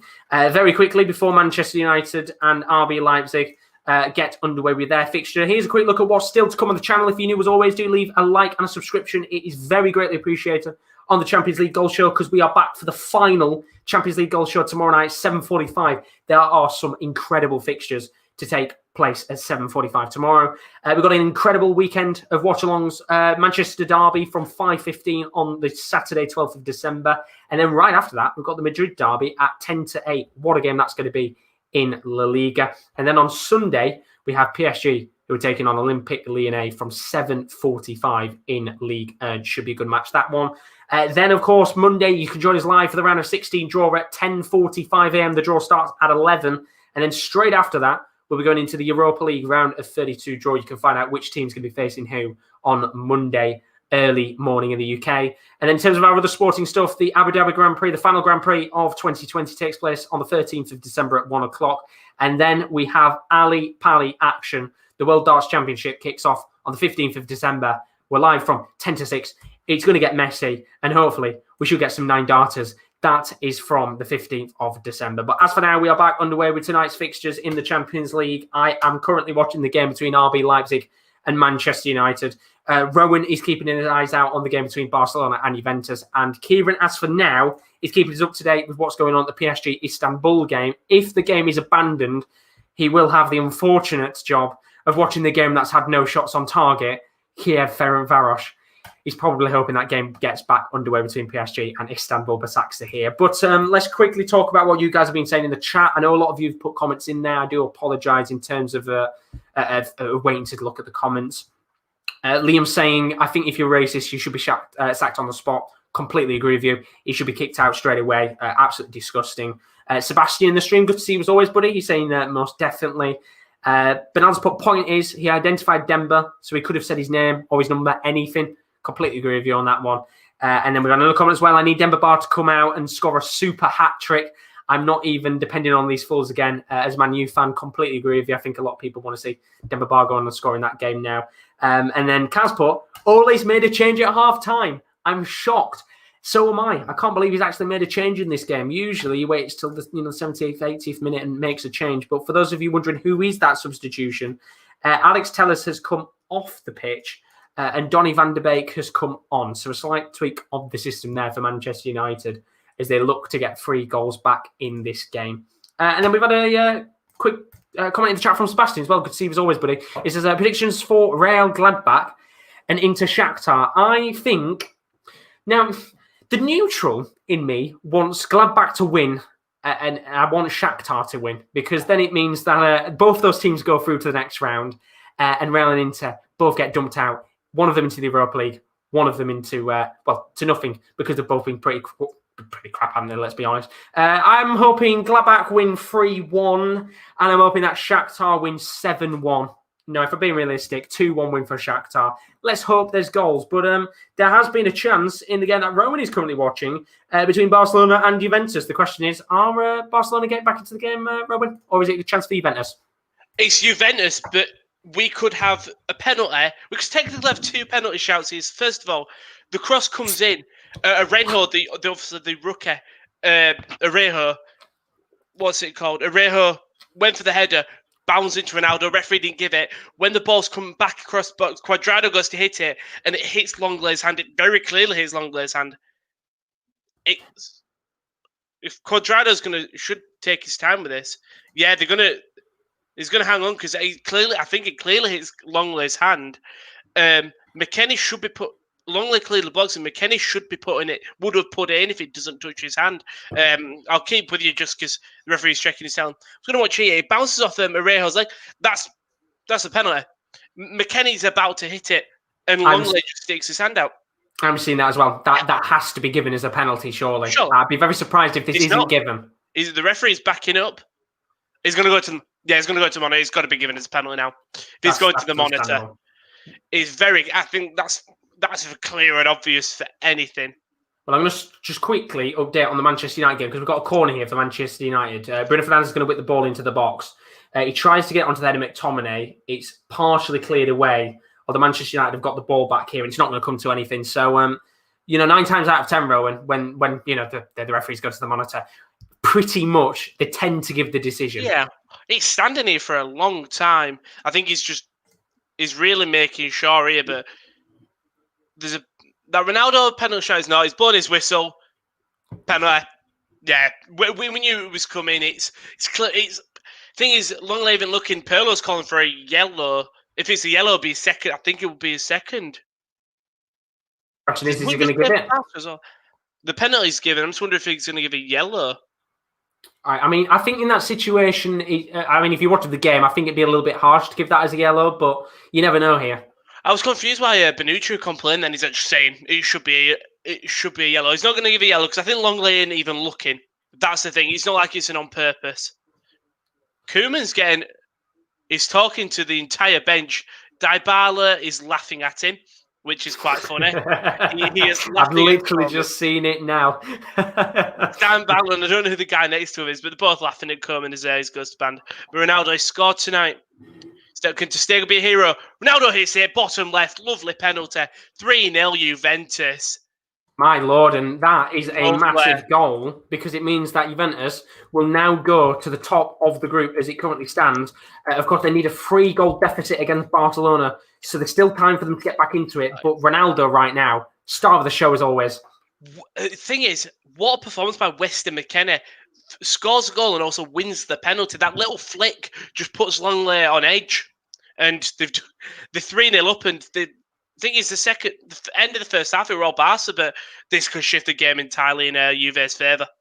Well, this could get worrying indeed. Remember the last time they scored, they had a few goals conceded against them. It was a certain game against Bayern Munich. It's probably not going to go to that extent, but it could get very dirty indeed. Thank you very much, Ron, as always. 3-0 to Juventus as it currently stands. RB Leipzig, Manchester United, of course, keep you updated with that game. Have a look at the chat. Bernaldo celebrating, of course, Leipzig right now, 2-0 up in this match. Kyle said, how was he not booked? It was deliberate handball, in my opinion. Barca are awful. They're not winning the Champions League. I'm not going to lie. I'm watching the highlights of the other games and that on a very small screen, so I didn't really get to see it a great deal. But we've got a chance here for Leipzig to come forward. Danny Olmo has literally been surrounded by 4 Manchester United players. And the referee's going to give the free kick here, just past the halfway line for Leipzig. They're 2-0 up right now. They're looking fairly comfortable. Manchester United making that change with Donny van de Beek coming on, of course. Be interested here to see what happens if maybe Manchester United can get a goal back in this game. I mean, for the neutral, it's kind of what you want to make this very feisty indeed, because it is a winner-takes-all game, remember. And as it currently stands, Leipzig will be going through to the knockout stages with Manchester United dropping to the Europa League.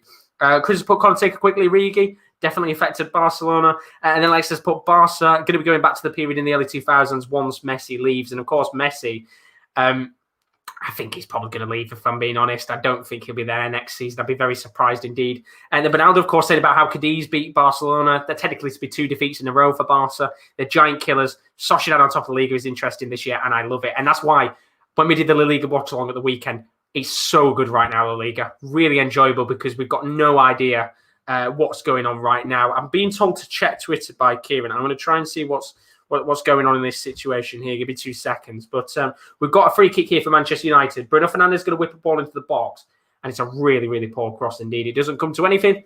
And Manchester United's attack eventually is killed off by Marcel Sabitzer. So I'm just going to have a very quick look at what's going on.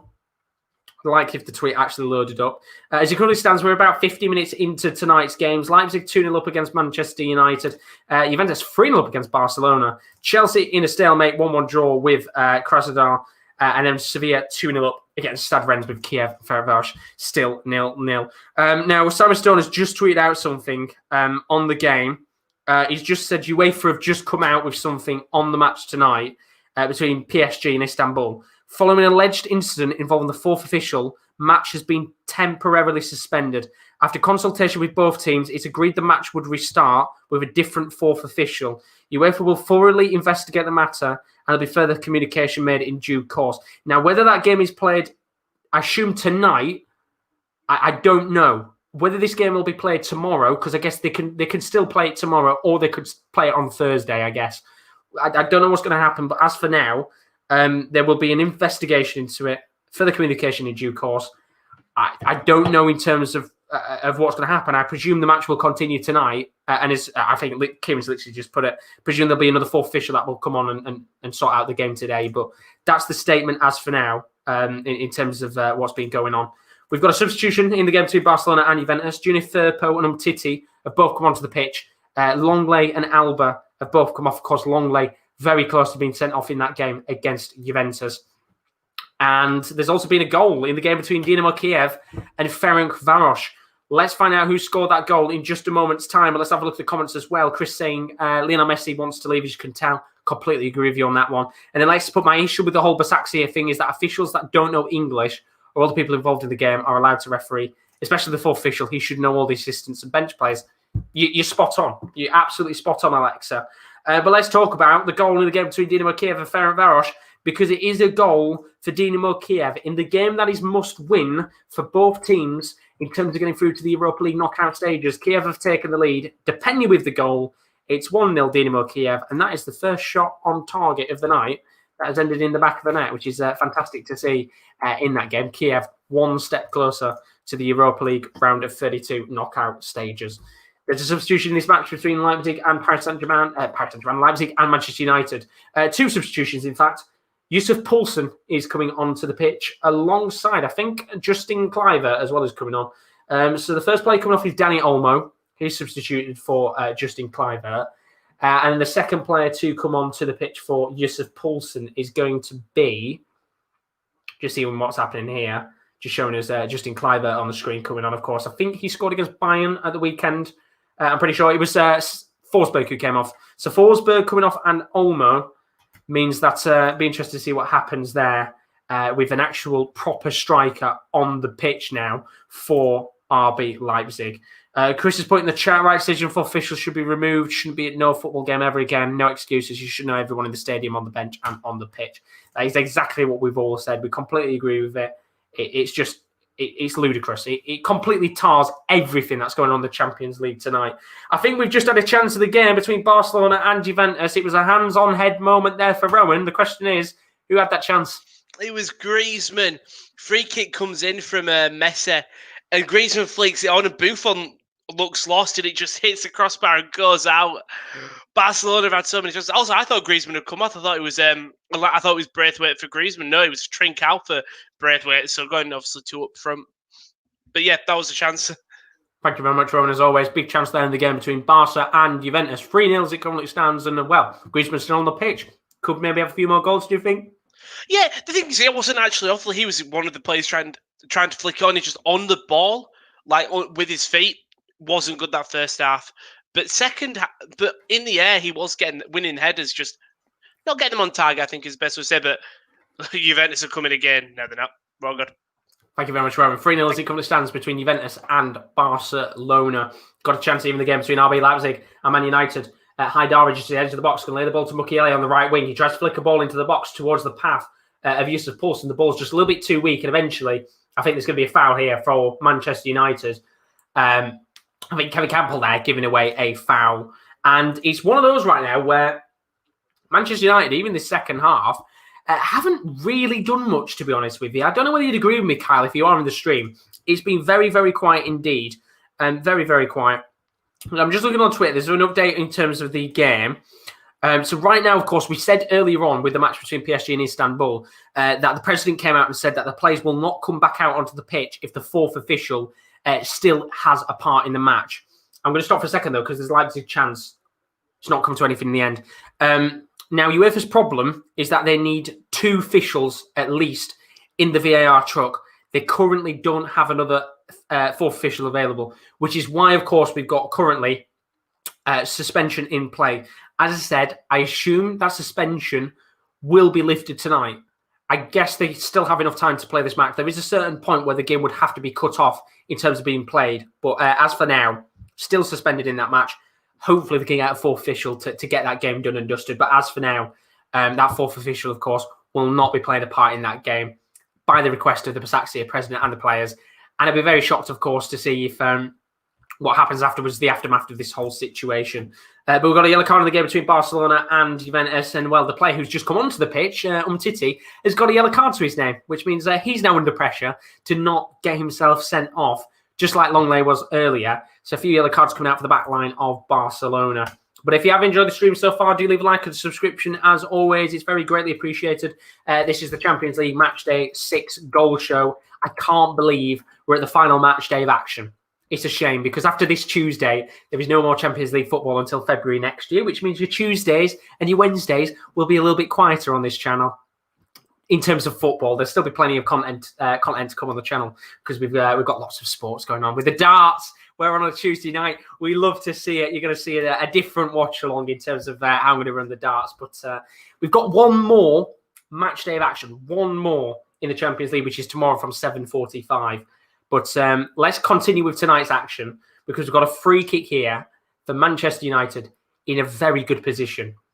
Just outside the box on the left-hand side, Shaw and Bruno Fernandes are standing over this. If they can put the ball into the back of that here, this would be a fantastic opportunity to make the last half an hour very interesting. Bruno Fernandes lays the ball to Shaw, and that is the worst cross I have seen in my entire life. I mean, that's not even worth mentioning. Let's just say that. Luke Shaw with an awful cross. He gets it lifted off the ground very slightly, but not strong enough to be able to get that into any player in the world. It's awful. And we've got 2 substitutions now coming on for Manchester United here. Paul Pogba is coming on. He has been the centre of attention for Manchester United over these last few days, of course. Scored against West Ham. He's coming on. And, well, Luke Shaw's coming off. He's already been booked, and he's just literally shown the worst cross I've ever seen in football. He comes off the pitch. Brandon Williams is coming on. So 2 substitutions in this match. Be interesting to see whether Paul Pogba can make a difference in this game. But Angelino is coming forward here from the left wing, tries to flick a ball towards Poulsen, but a good interception by Wan-Bissaka means that there's going to be a throw-in a decent position of play. We've got an update on the PSG Istanbul game. The PSG players are now no longer in the tunnel. They've gone back to the changing room. So it does look like if we're going to play this game, it's going to be quite a while until this game actually takes place. And then, of course, let's look at your comments in the chat right now as things have gone a little bit quiet across the rest of the games. Where is it? The comments. There we go. Carl's put Van der Beek has made a little difference, but he can't do it all on his own. He needs help. United haven't improved. It's been the same performance. Completely agree with you, Kyle. And then Chris has put, just play the game tomorrow, I say, with different fourth official if you can't resume it tonight. Of course, he's put up the darts as well, and then Pogba coming on. Could be good thing, could be a bad thing. And I mean, right now, of course, he scored against West Ham at the weekend. It was an absolutely outrageously good goal. But the timing of Mino Raiola coming out with those comments, he's probably the worst agent in football. I mean, not only does he have a big nose, he's just an incredibly irritating man.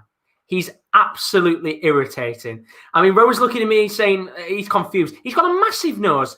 He's a big nose. It's like, those with the red noses that you can buy. It's so circle. He's got a big, massive circle nose. But he's so irritating in football. So annoying. And I guess if you're a Manchester United fan, he must piss you right off. He's an irritating figure. And that's why we hate agents in football. They're all shit. The majority of them are all shit. He could rant about agents for God knows how long. But Harry Maguire's got a yellow card. Obviously, a bit of a nervous time here for Manchester United with the back line. But just the way that his agents come out with the comments at the most stupidest time possible. I mean, but we don't judge someone because of their look. We do with Mino Raiola. We've got a chance here for Manchester United to come forward. Greenwood on the right wing, trying to come forward here.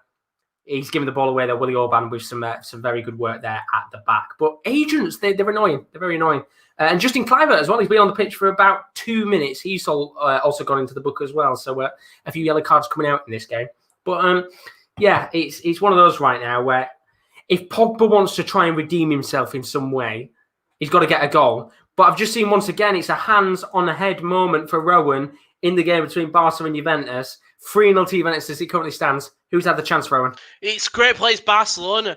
Messi and Morata just facing off against each other. Messi pushes Morata in the chest. Morata goes down clutching his knee. Referees go, what are you talking about? Then De Jong does lovely. Just drifts right, gives the space for Messi. Back heel. Messi hits it. Buffon makes a lovely save to his left. And then Braithwaite's there for the rebound. And I'm just seeing, I don't know whether it's De Ligt. De Ligt does well and just skies it above his own thing. I think they've given it as a goal kick, actually, but it should be 3-1. It's a great save by Buffon, and Braithwaite just can't get there. Pedri has come off for Ricky Puig. Thank you very much, Rowan. 3-0 to Juventus. Puig, sorry. Ricard Puig. Oh, thank you very much. Trying to get the pronunciations in there. We like it. Thank you very much, Rowan, as always. 3-0 to Juventus as it currently stands in that game against Barcelona, of course, as it stands right now with about 25 minutes left. Juventus will be at the top of the group. Let's have a look at the chat, see what you guys have been saying. Chris, of course, saying it could be a bad thing. Pogba's head might not be in the game after Raiola's comments. It's been a long-term problem at United with Pogba and Raiola at the club. But I'm going to stop for a second because Leipzig are coming forward here. Justin Kluivert is on the left wing. He's got a chance to lay the ball off into the path of Nkunku. Ball's trying to be laid off to Poulsen. Lovely bit of football. Lays the ball to Nkunku. Now to Angelino, who's on the left wing. Plays the ball back to Nkunku again, but some good defending at the back there from Pogba. Lays the ball off to De Gea, who can clear the ball away. And then the other comment in the chat, Kyle's put, doesn't care about turning footballers into stars, only his big fat paycheck. The sooner Pogba and Raiola get out of United, the better. Don't want to be linked to any more Raiola clients. He's just a knobhead, isn't he? Let's be honest. I mean, he wants the paycheck. I guess that's what every agent's like. Let's be honest. They all want paychecks. That's football, isn't it? I guess at the end of the day. But he's the most vocal agent out of them all. He's a parasite in football. That's all I'll say. I'm not going to say anything else. He's a bit of a parasite, and he's always with his clients. He likes to rifle his biggest ones up. Like, of course, Ibrahimovic as well. Another one of his clients saying he was going to kill off FIFA. Well, hopefully he doesn't kill off the sports corner after my comments about his big nose. We might not have a channel in a few weeks. Might be Raiola's killed us off here. But Manchester United coming forward here. I think I'm going to go to Rowan again. There's a hands-on head moment, as I said. It's a shame because you guys don't get to see the reactions from them. But Rowan right now, I think he might have just seen another chance. Rowan? Griezmann's wanking it. The cross comes in. I don't know who plays it in. I don't know who plays it in. Cross comes in. It's bounced all the way over to Griezmann, who is open, just on the left of the box. He tries to hit it on the volley, fair enough. Completely just shuns it wide of the net, not even on target, not even to the hands of Buffon. He's not had a good night. I said he'd done all right earlier. Take it all back. He's been wank. Very poor game indeed. It either should have been in or should have been on target at least. He said he just shuns it wide. He's got work to do. That's all we'll say for now. Thank you, Rowan. Juve haven't made a single sub yet. Have they not? It's going to work the place to the bone, apparently. Still got 25 minutes in that match. Might make a few 20, yeah. substitutions before the end. 3-0 up to Juventus right now. Thank you, Rowan, as always. Of course, if you're wondering what games are being covered tonight, I'm covering Leipzig Man U. Kieran L is covering the games between PSG and Istanbul. Of course, that has been suspended for now. And Rowan is covering Barca, Juventus. Hopefully, PSG, Istanbul can get underway soon. Or else Kieran's not going to have had much to cover tonight, which is a fairly easy night for him, but fairly boring one as well. We've got a free kick here for Manchester United. Bruno Fernandes is standing over it. It's about 27 metres out from goal. It's been very precise. I just thought I'd take a guess at how far it is out. I think it's about 27 metres from the goal. And if anything, you'd like to see, as a neutral, this going to the back of the net. So Bruno stands over it.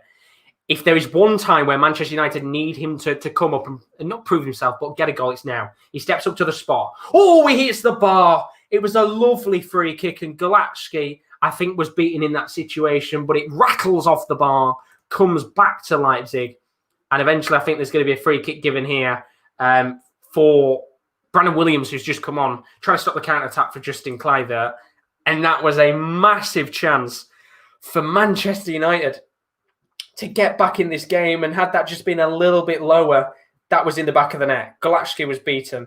Could have been 2-1, but it stays 2-0 as it stands for now. And do you know what? Cal's made a fair point. At least Ibrahimovic performed in a United shirt. That is fair. I'll give you credit on that one, Kyle. But that was a big chance there to get back in the match. They needed that to go in. And, well, the counter-attacking now. RB Leipzig. Angelino's got the ball. Lays it off towards Nkunku. Now into the path of Kevin Campbell. Some good football here from RB Leipzig. He tries to flick a ball into the box. Justin Kluivert's there. He's chipped it in. And he's put it in the back of the net. It's 3-0 to RB Leipzig. And they finally got the goal that they wanted. Now, it looked like time stopped for a second there because Kluivert, he'd chipped the ball and he was looking straight at the linesman, thinking it was going to be flagged as offside. But the goal has been given. Of course, with the phase of play, this will probably be checked. But that will surely seal the deal for Red Bull Leipzig. They will be going through to the Champions League knockout stages. Man United are in the Europa League. You'd surely think with 25 minutes left of action. And my Lord, it is the most simplest of finishes for Justin Kluivert. He just dinks the ball past David De Gea. It's another assist for Angelino on the night. And it's 3-0 to RB Leipzig. Incredible performance. We said tonight they had to go out there and really give it their all, and they've done more than give it their all. They're looking on fire tonight. And as I said, Man United not really doing much in this game at all. As Chris has put, Emmerdale Cup for Manchester United. But there's 20 minutes left. Of course, they're going to have a lot of work to do now, which is what I've pretty much said for the last 70 minutes, if I'm being honest with you. The instant minute that first goal went in. But they're coming forward here. Brandon Williams takes a long-range effort. That is a great save from Golatsky. It was going towards his right-hand side of the near post. He just tips to the right, punches it away, and that is a fantastic save from the former Hull City goalkeeper. Lovely work for the Hungarian there. There's been a few substitutions in the match between Barcelona and Juventus. We were saying that Juventus hadn't made any changes, but they've made them now. Arthur and Ramsey coming off there for Bentancur and Rabiot. I'm going to say, actually, to say that Arthur didn't want to leave Barcelona when the original deal took place, I bet he's absolutely thankful that he left Barcelona right now. I bet it's one of those situations where deep down, he's so grateful that he's left that club because it's an absolute shambles right now at Barcelona. And of course, originally, he didn't want to leave the club, but Juventus are a much better side, let's be honest, than what Barcelona are right now. They're 3-0 up, and at least he's been able to get some sort of revenge against his former side. Of course, 3-0 to Juventus as he currently stands in that game with, I would say, maybe about 15 minutes left of action. I know this Manchester United game had a little bit extra additional time, so it will be a little bit behind compared to the rest of the matches. And Chris has put game set and match for RB Leipzig. Carl has put, oh boy, how I missed the Europa League anthem. Now I get to hear it again. Yay. Won't be long for you. You'll know who you'll be facing next week, depending on the situation. I think we've got an update, by the way, on the PSG game against Istanbul Basaksehir. I'm going to get that up in a second. There's a report coming out that Istanbul, they don't want the restart tonight. So, of course, give you more updates as we're still live. We've got 20 minutes of action left. It looks like that game isn't going to be played tonight. A match will be abandoned and potentially played on another day. But let's go over to Rome because there's been a penalty given in the match between Barca and Juventus. It's been penalty central tonight, Rowan. But who's the penalty for this time? Well, take away that because it's not. It's a great decision. It would have been a penalty. Griezmann goes down in the box, but he's offside. So as soon as I saw it go given, type in the referee gave it, assistant put his flag up, and the ball was passed through. Messi had the ball, passed it through the middle to Griezmann. Griezmann's offside. He weren't expecting the ball. He's tackled in the box because he was offside. It's not a penalty. So no pen. Sorry. It's all right there. Barcelona not having the game tonight, are they? No, but it's a lovely header by who's it called? Rejo. So lovely. He just heads it. It's not an amazing. He just heads it out of defence. Very lucky for them indeed. Thank you very much. Cuadrado's in behind you. Still Cuadrado. Oh, Morata's not tall enough. Very unlucky indeed. Still Juve. Alexandro drills it across. There you go, corner.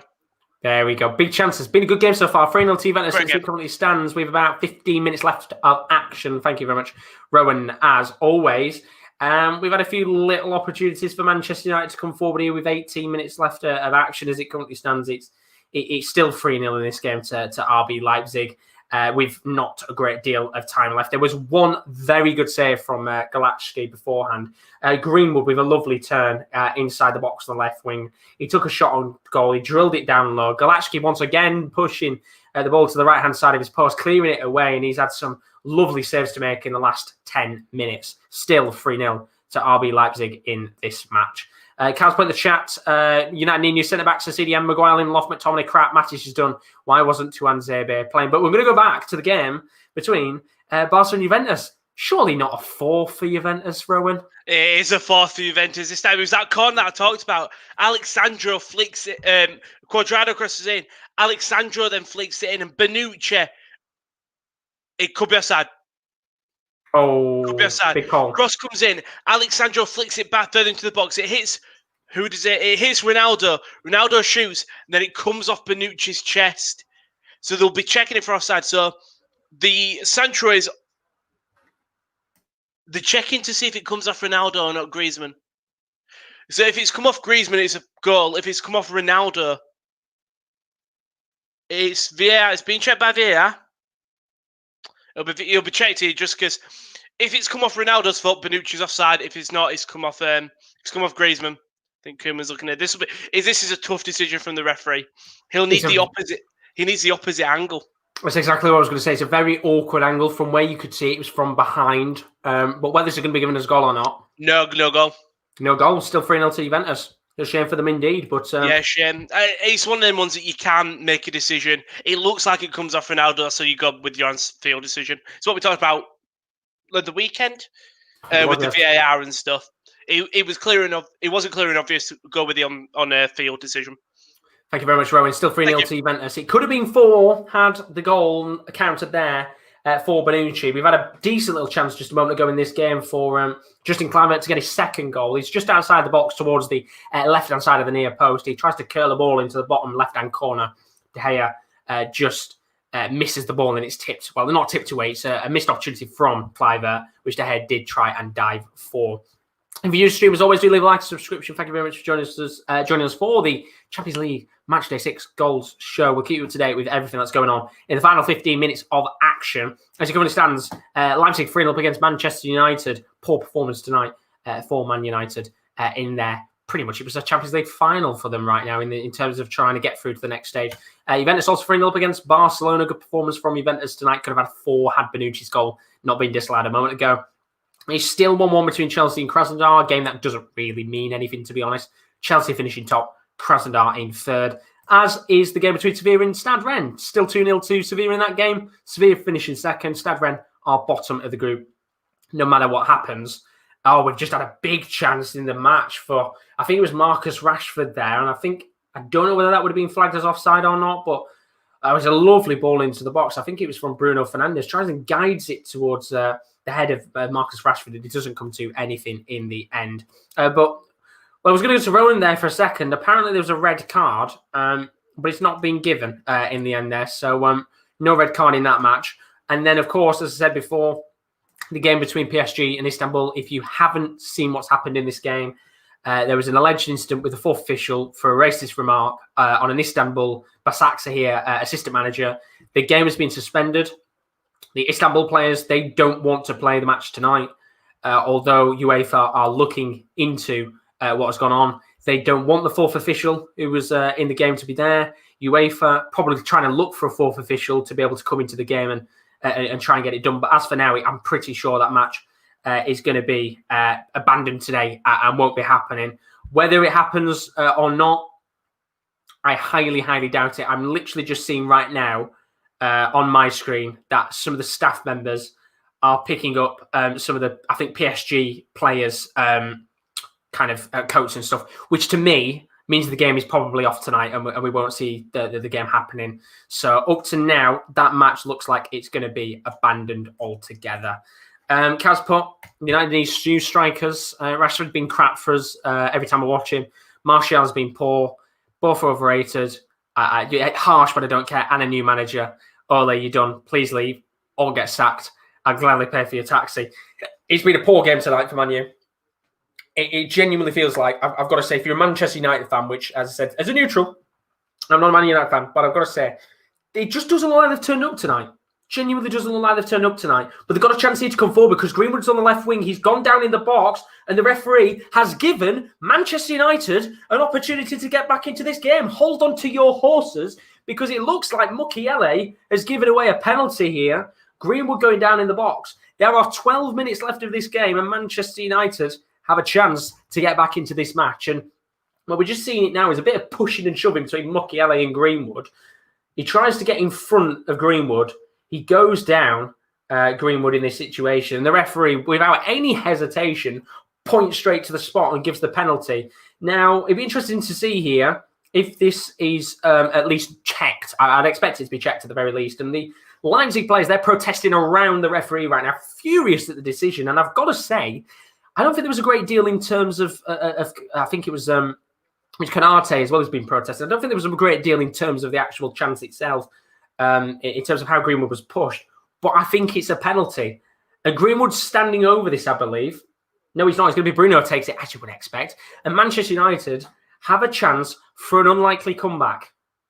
3-0 down, 10 minutes left. They've got to go gung-ho. I would expect Igalo to come on if this goes in the back of the net. So Bruno Fernandes, he's on the spot, and this is a good opportunity for a very unlikely comeback.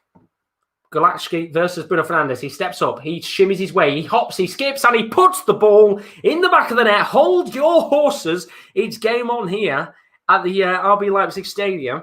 It's 3-1, and with 10 minutes left of the match, could that be the unlikely source to put Manchester United back in the game? Of course, because of the PSG Istanbul game, it still means things are up in arms in this group, which is why that game is so crucial for it to be played and not abandoned completely and points given out to certain teams. But Man United, they've looked pretty quiet all night. 10 minutes left on the clock. Can they produce an unlikely group stage comeback? As a neutral, we've got an exciting 10 minutes left on our hands here because I will give them credit. The last 10 minutes, they've had little chances here and there to put the ball in the back of the net. But we've had another goal elsewhere tonight. And it's been the perfect night for Sevilla. They are now 3-0 up in their game. We'll see who scored that goal in just a moment. I think it was a Campos who put the ball into the back of the net as we get towards the final 10 minutes of action. So it was some lovely football from Sevilla. And just see now, I think actually, just trying to see, it was En-Nesyri with his second goal of the game. It was actually assist for a Campos. A lovely ball fed into En-Nesyri. And it's a simple 1-on-1 finish with the Stan Wren goalkeeper. So 3-0 to Sevilla in that match with about 10 minutes of action left. There's been a substitution in the game for Barcelona.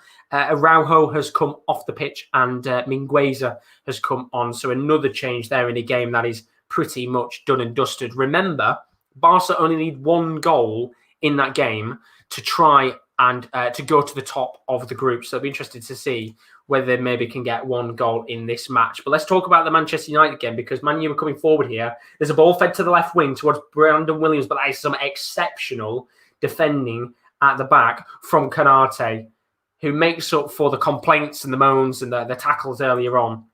as Tyler Adams goes into the book for a yellow card. And this is a big opportunity here for Manchester United to maybe get a corner. Ball's lofted in from Bruno. He said, hi. He's into Pogba. He's gone down and he's in the back of the net. Hold on to your hats because this could be a potential Champions League comeback. It's 3-2 and it looks like, I think Paul Pogba's claiming it as his goal. There was a flurry a flurry of deflections in terms of the goal, but it's 3-2. Pogba's claiming it with 8 minutes left of this game. Hold on to your hats because Manchester United have gone from 3-0 down to 3-2. And I think this is going to be checked.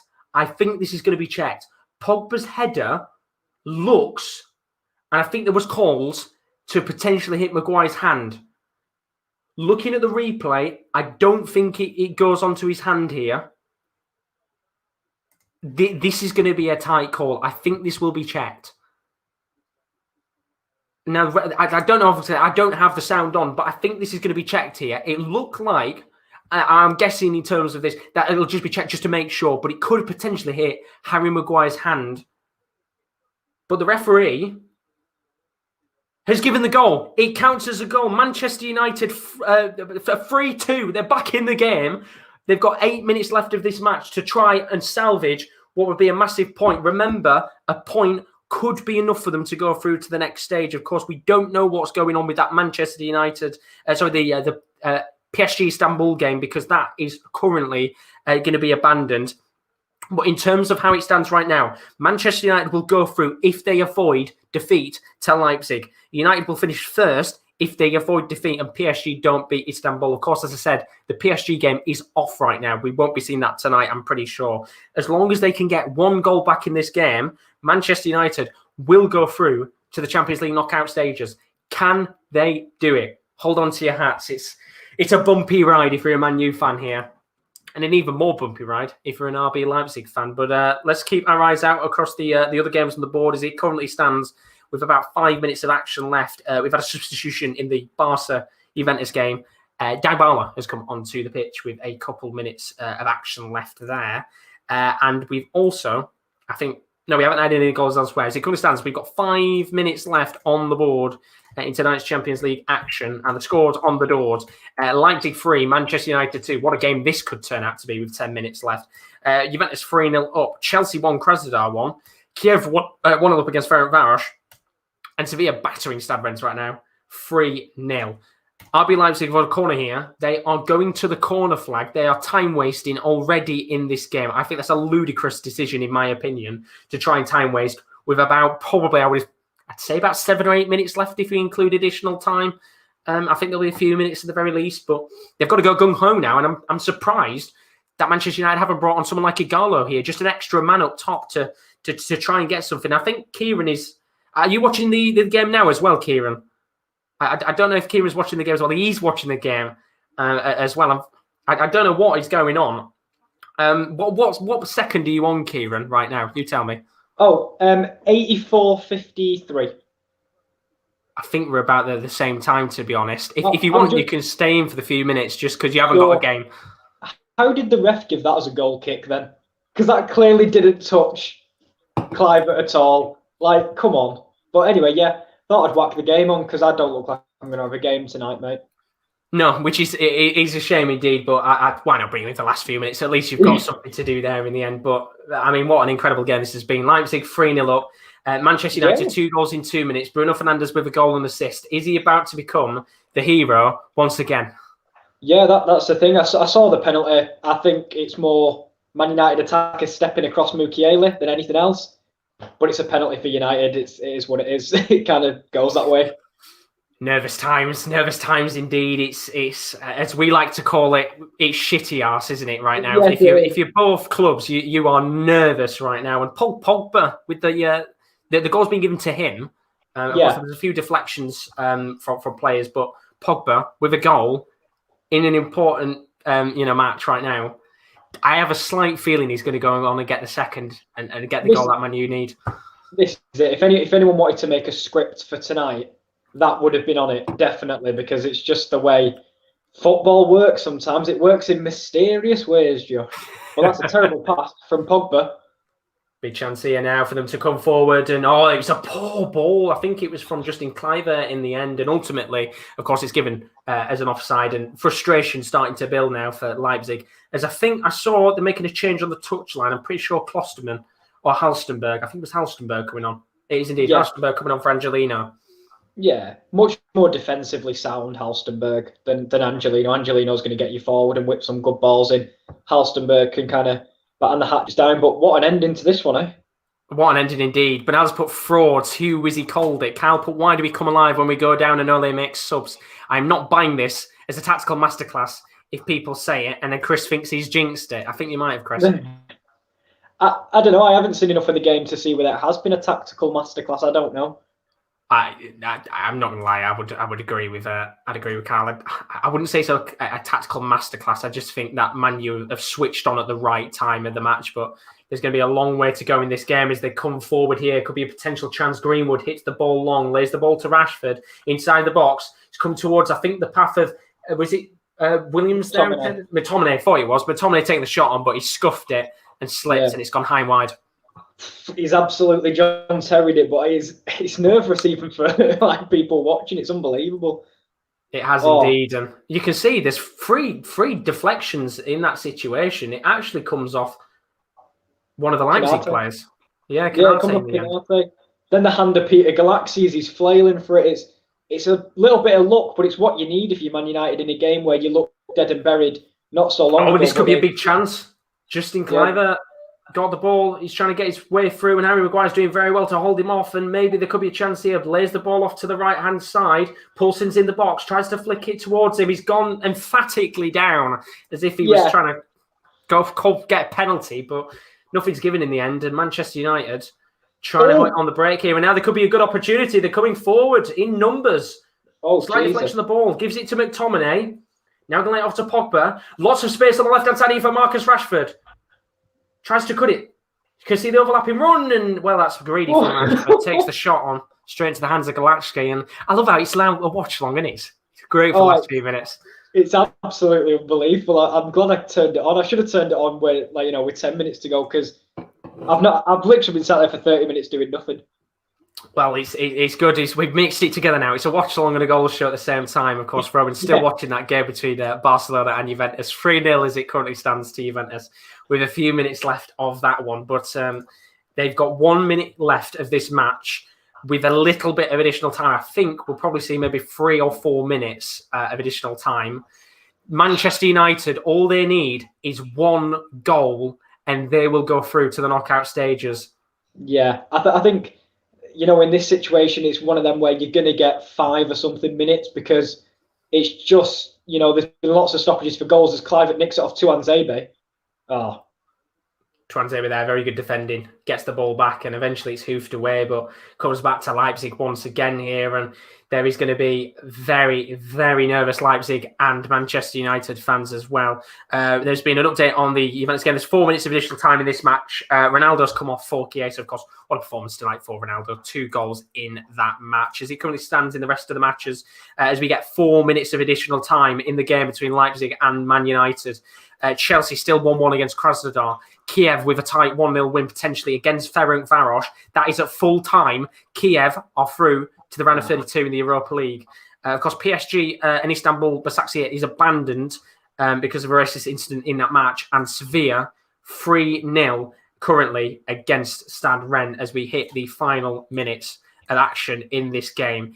What a match this has been in terms of the last couple of minutes. I said earlier, as a neutral, you wanted Man U to maybe get a goal back in this game. And they got 2 back. Yeah, they made this game really, really entertaining. And it's not over yet. I've got a feeling there's a big chance left, Josh. I just feel it can't go this simply towards the end. It can't, surely not. Chris put no added minutes, please. Well, for 4 minutes of additional time. And he's put, will it be 30 time? I think it will, unfortunately. And well, everybody's up now. There's a chance here for the ball laid off to Marcus Rashford, but everybody is back for Leipzig, desperately defending for these final few minutes of the game. It's all or nothing. Time is running out here. Paul Pogba on the left wing lays a ball into the box. It's a lovely ball. It's an in-swinging cross guided towards the path of Van der Beek. Bruno Fernandes was running in as well, but ultimately, Willy Orban's gone down here. And as you would expect, Leipzig trying to waste some time. Yeah, I mean, to be fair, they did take a clattering into each other. I don't know if it was a miscommunication, but they're both Hungarian, so I don't really understand where that's come from. But it'll be interesting to see whether United kick it back to Leipzig here. I'd hope so, in terms of sportsmanship. But when it's so much on the line, you never know.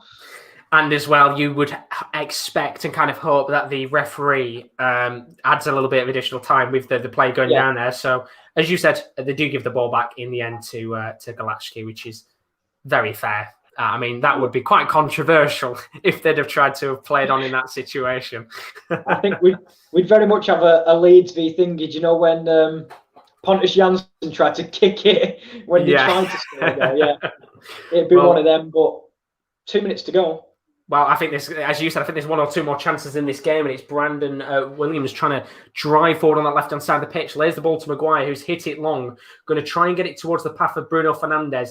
I don't get why he's not brought on Igalo or someone here just to have that extra man up top, but everybody's up there now. Literally, Tuanzebe is the only man in the defensive half of play. Maguire is now in the attacking half of play. Lays the ball to Brandon Williams. He's going to pass it back to Tuanzebe. Every man is up there now, as you would expect. Lovely bit of trickery. Tries to lay the ball towards Greenwood, but good defending at the back there means that the clock is running down for Leipzig. Time is running out as full time between Barcelona and Juventus. 3-0 win for Juventus tonight. A very good result indeed. We'll bring Rowan in, of course, in a little bit to talk about that game. But 1 minute left on the clock. Paul Pogba's got the ball. Tries to flee the ball in. Oh, this smells so nearly. Goes into the back of the net, courtesy of an own goal. And that was a nervous moment for Mukiele, who must have had his heart in his mouth there. Oh my God, he opened his mouth towards the end and I think I saw a heart in there. Jesus Christ. Galaxy does very well to keep his feet together there and just about pulls and muscles Brandon Williams as well. 30 seconds, they've got to go to the corner flag now. And surely this is it. Well, they're going to lay the ball to Poulsen, but Williams gets there, and if there's going to be a chance, they've got to lump it long. This will be the last opportunity of the game. McTominay lumps it long. Doesn't come to anything in the end, and it is going to be Manchester United throwing the defensive half of play. This has got to be taken incredibly quickly.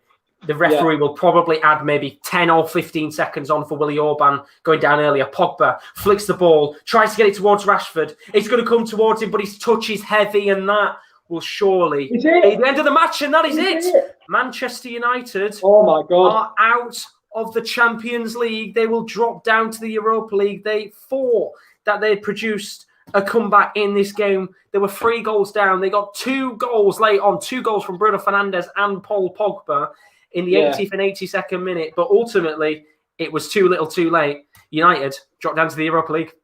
They made a game of it. They worked hard towards the end. They were so close to getting back into it. They got the penalty and then, a couple of deflections. You're thinking, is it the magical night? Not in Paris, but a different one for Manchester United. Unfortunately not. They left themselves too big of a mountain to climb. They didn't have a good enough first half performance. And when you play like that in Europe, you get punished. And that is why they're going to drop down to Europa League. Barring, I guess, Basaksehir winning?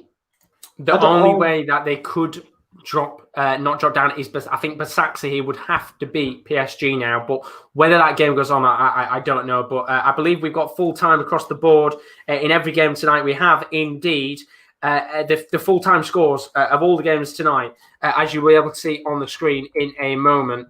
Lazio 2, Bruges 2 in the early kickoff, which means that Lazio go through to the knockout stages, Bruges into the Europa League round of 32. Zenit 1, Dortmund 2 means Dortmund top their group. And then the full-time scores of all the games tonight.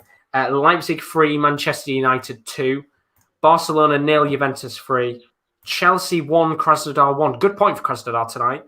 Kiev go through to the Europa League round of 32 after a 1-0 win against Ferencváros.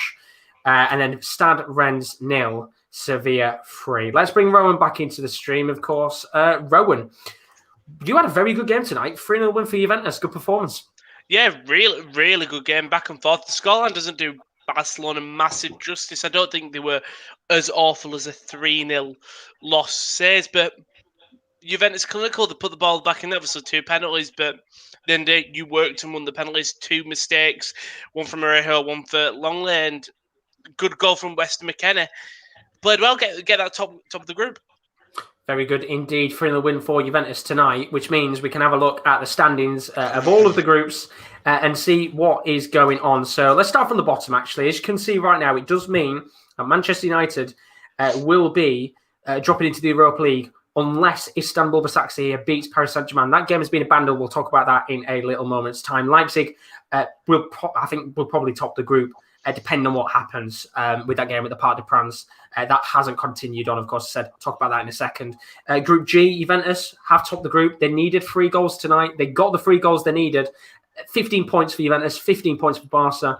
Juventus with a 3-0 win means that they go top of the group. Kiev go into the Europa League round of 32. In Group F, of course, as well, Dortmund top, Lazio second, with Bruges finishing third on 8 points, Zenit dropping don't drop into 4th. They were 4th anyway on 1 point. And then finally, the group that was already confirmed anyway, Chelsea with 14 points. They finished first. Sevilla in second with 13 points. Krasnodar, an extra point, finishing on 5 points. And Stade Rennes finishing on 1 point. So that's how the groups currently stand. We have to talk about it once again, of course. If you aren't aware of what's happened tonight in the Champions League, it's kind of tarred everything tonight. You'll know that the match between Paris Saint-Germain and Istanbul Basaksehir was abandoned.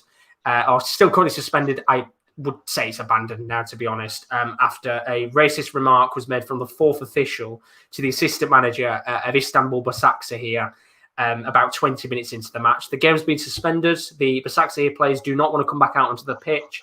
PSG staff members were seen inside the stadium picking up the players' coats and things like that. They were warming up at PSG at one point inside the tunnel, but they went back into the changing rooms.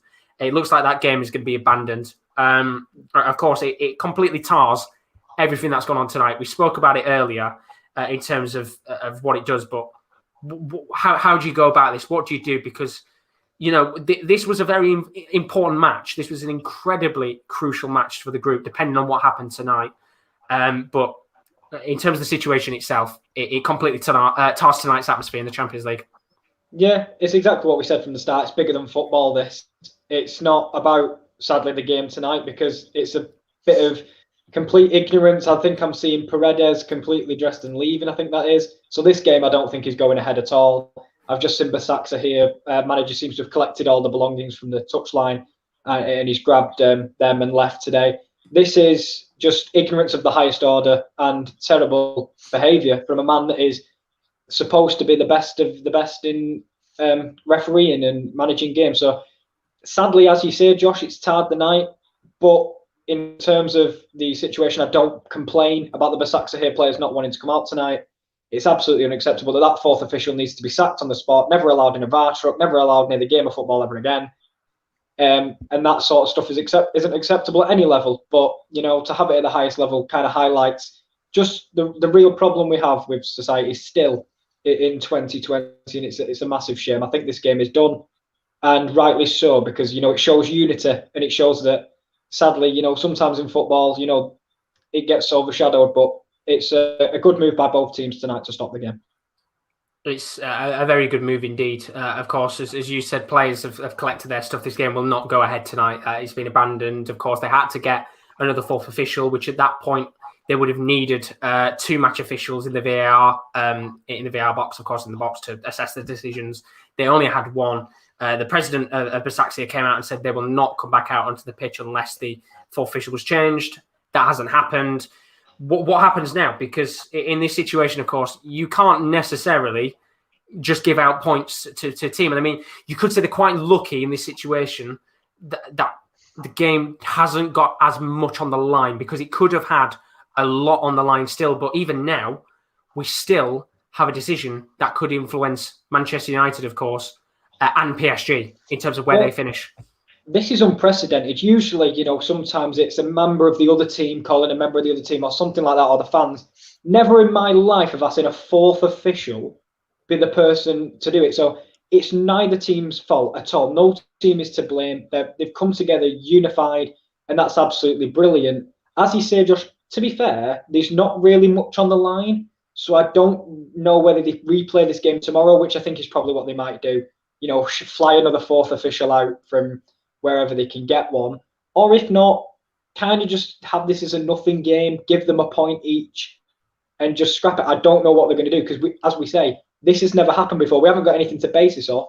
because nothing this disgusting has ever happened from, the fourth officials. I think there'll either be replay on Wednesday or Thursday, or they'll just meet, both chairmen will meet and just go, we're already through, you're already out. Should we just forfeit it? It counts as we played 6 games, but you won't see on the record, it's a void game. I think that's most likely if nothing can happen, but if not, I'd probably play tomorrow.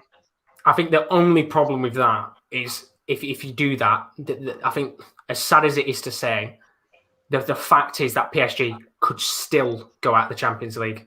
You have to take into account that in the situation at hand, they can still go out, I think. I have seen reports that PSG are through. Are they? Because Basaksehir are 4 points. Yeah. So even if they won, they'd be on 7. So in that situation, then that's all right, because I guess I think it would have been much worse, as I said, had it been a situation where the result of the Manchester United-Leipzig game had gone a different way. We could have been sat here saying this game has to be played another time. But I mean, if it means PSG, are already through, which it should do, I'm pretty sure head-to-head record, of course, against Man United, they won anyway and battered them, so they should be through. But it's one of those where, I mean, Kaz, I'm okay in saying that UEFA needs to make sure this never happens again. Exactly, that's the thing. And Chris has put, I'm happy United are out, but sad at the same time, of course, because the whole racist incident. But it is one of those at the end of the day, unfortunately. It tars the action tonight in the Champions League, and that match is abandoned between Paris Saint-Germain and Istanbul Basaksehir. But let's move on, of course, and talk about very quickly some of the other games tonight. As I said, Chelsea with a 1-1 draw against Krasnodar. Not the greatest result tonight for Chelsea, but didn't really matter anyway because both of these teams were already through to the next stages of the Europa League for Krasnodar and top of the group for Chelsea. Rowan, you'll be happy for a 3-0 win for Sevilla tonight against bottom Standard Rennes. Good performance from them after the 4-0 defeat to Chelsea. And then Dinamo Kiev with that 1-0 win against Ferencváros means that Kiev go through to the round of 32.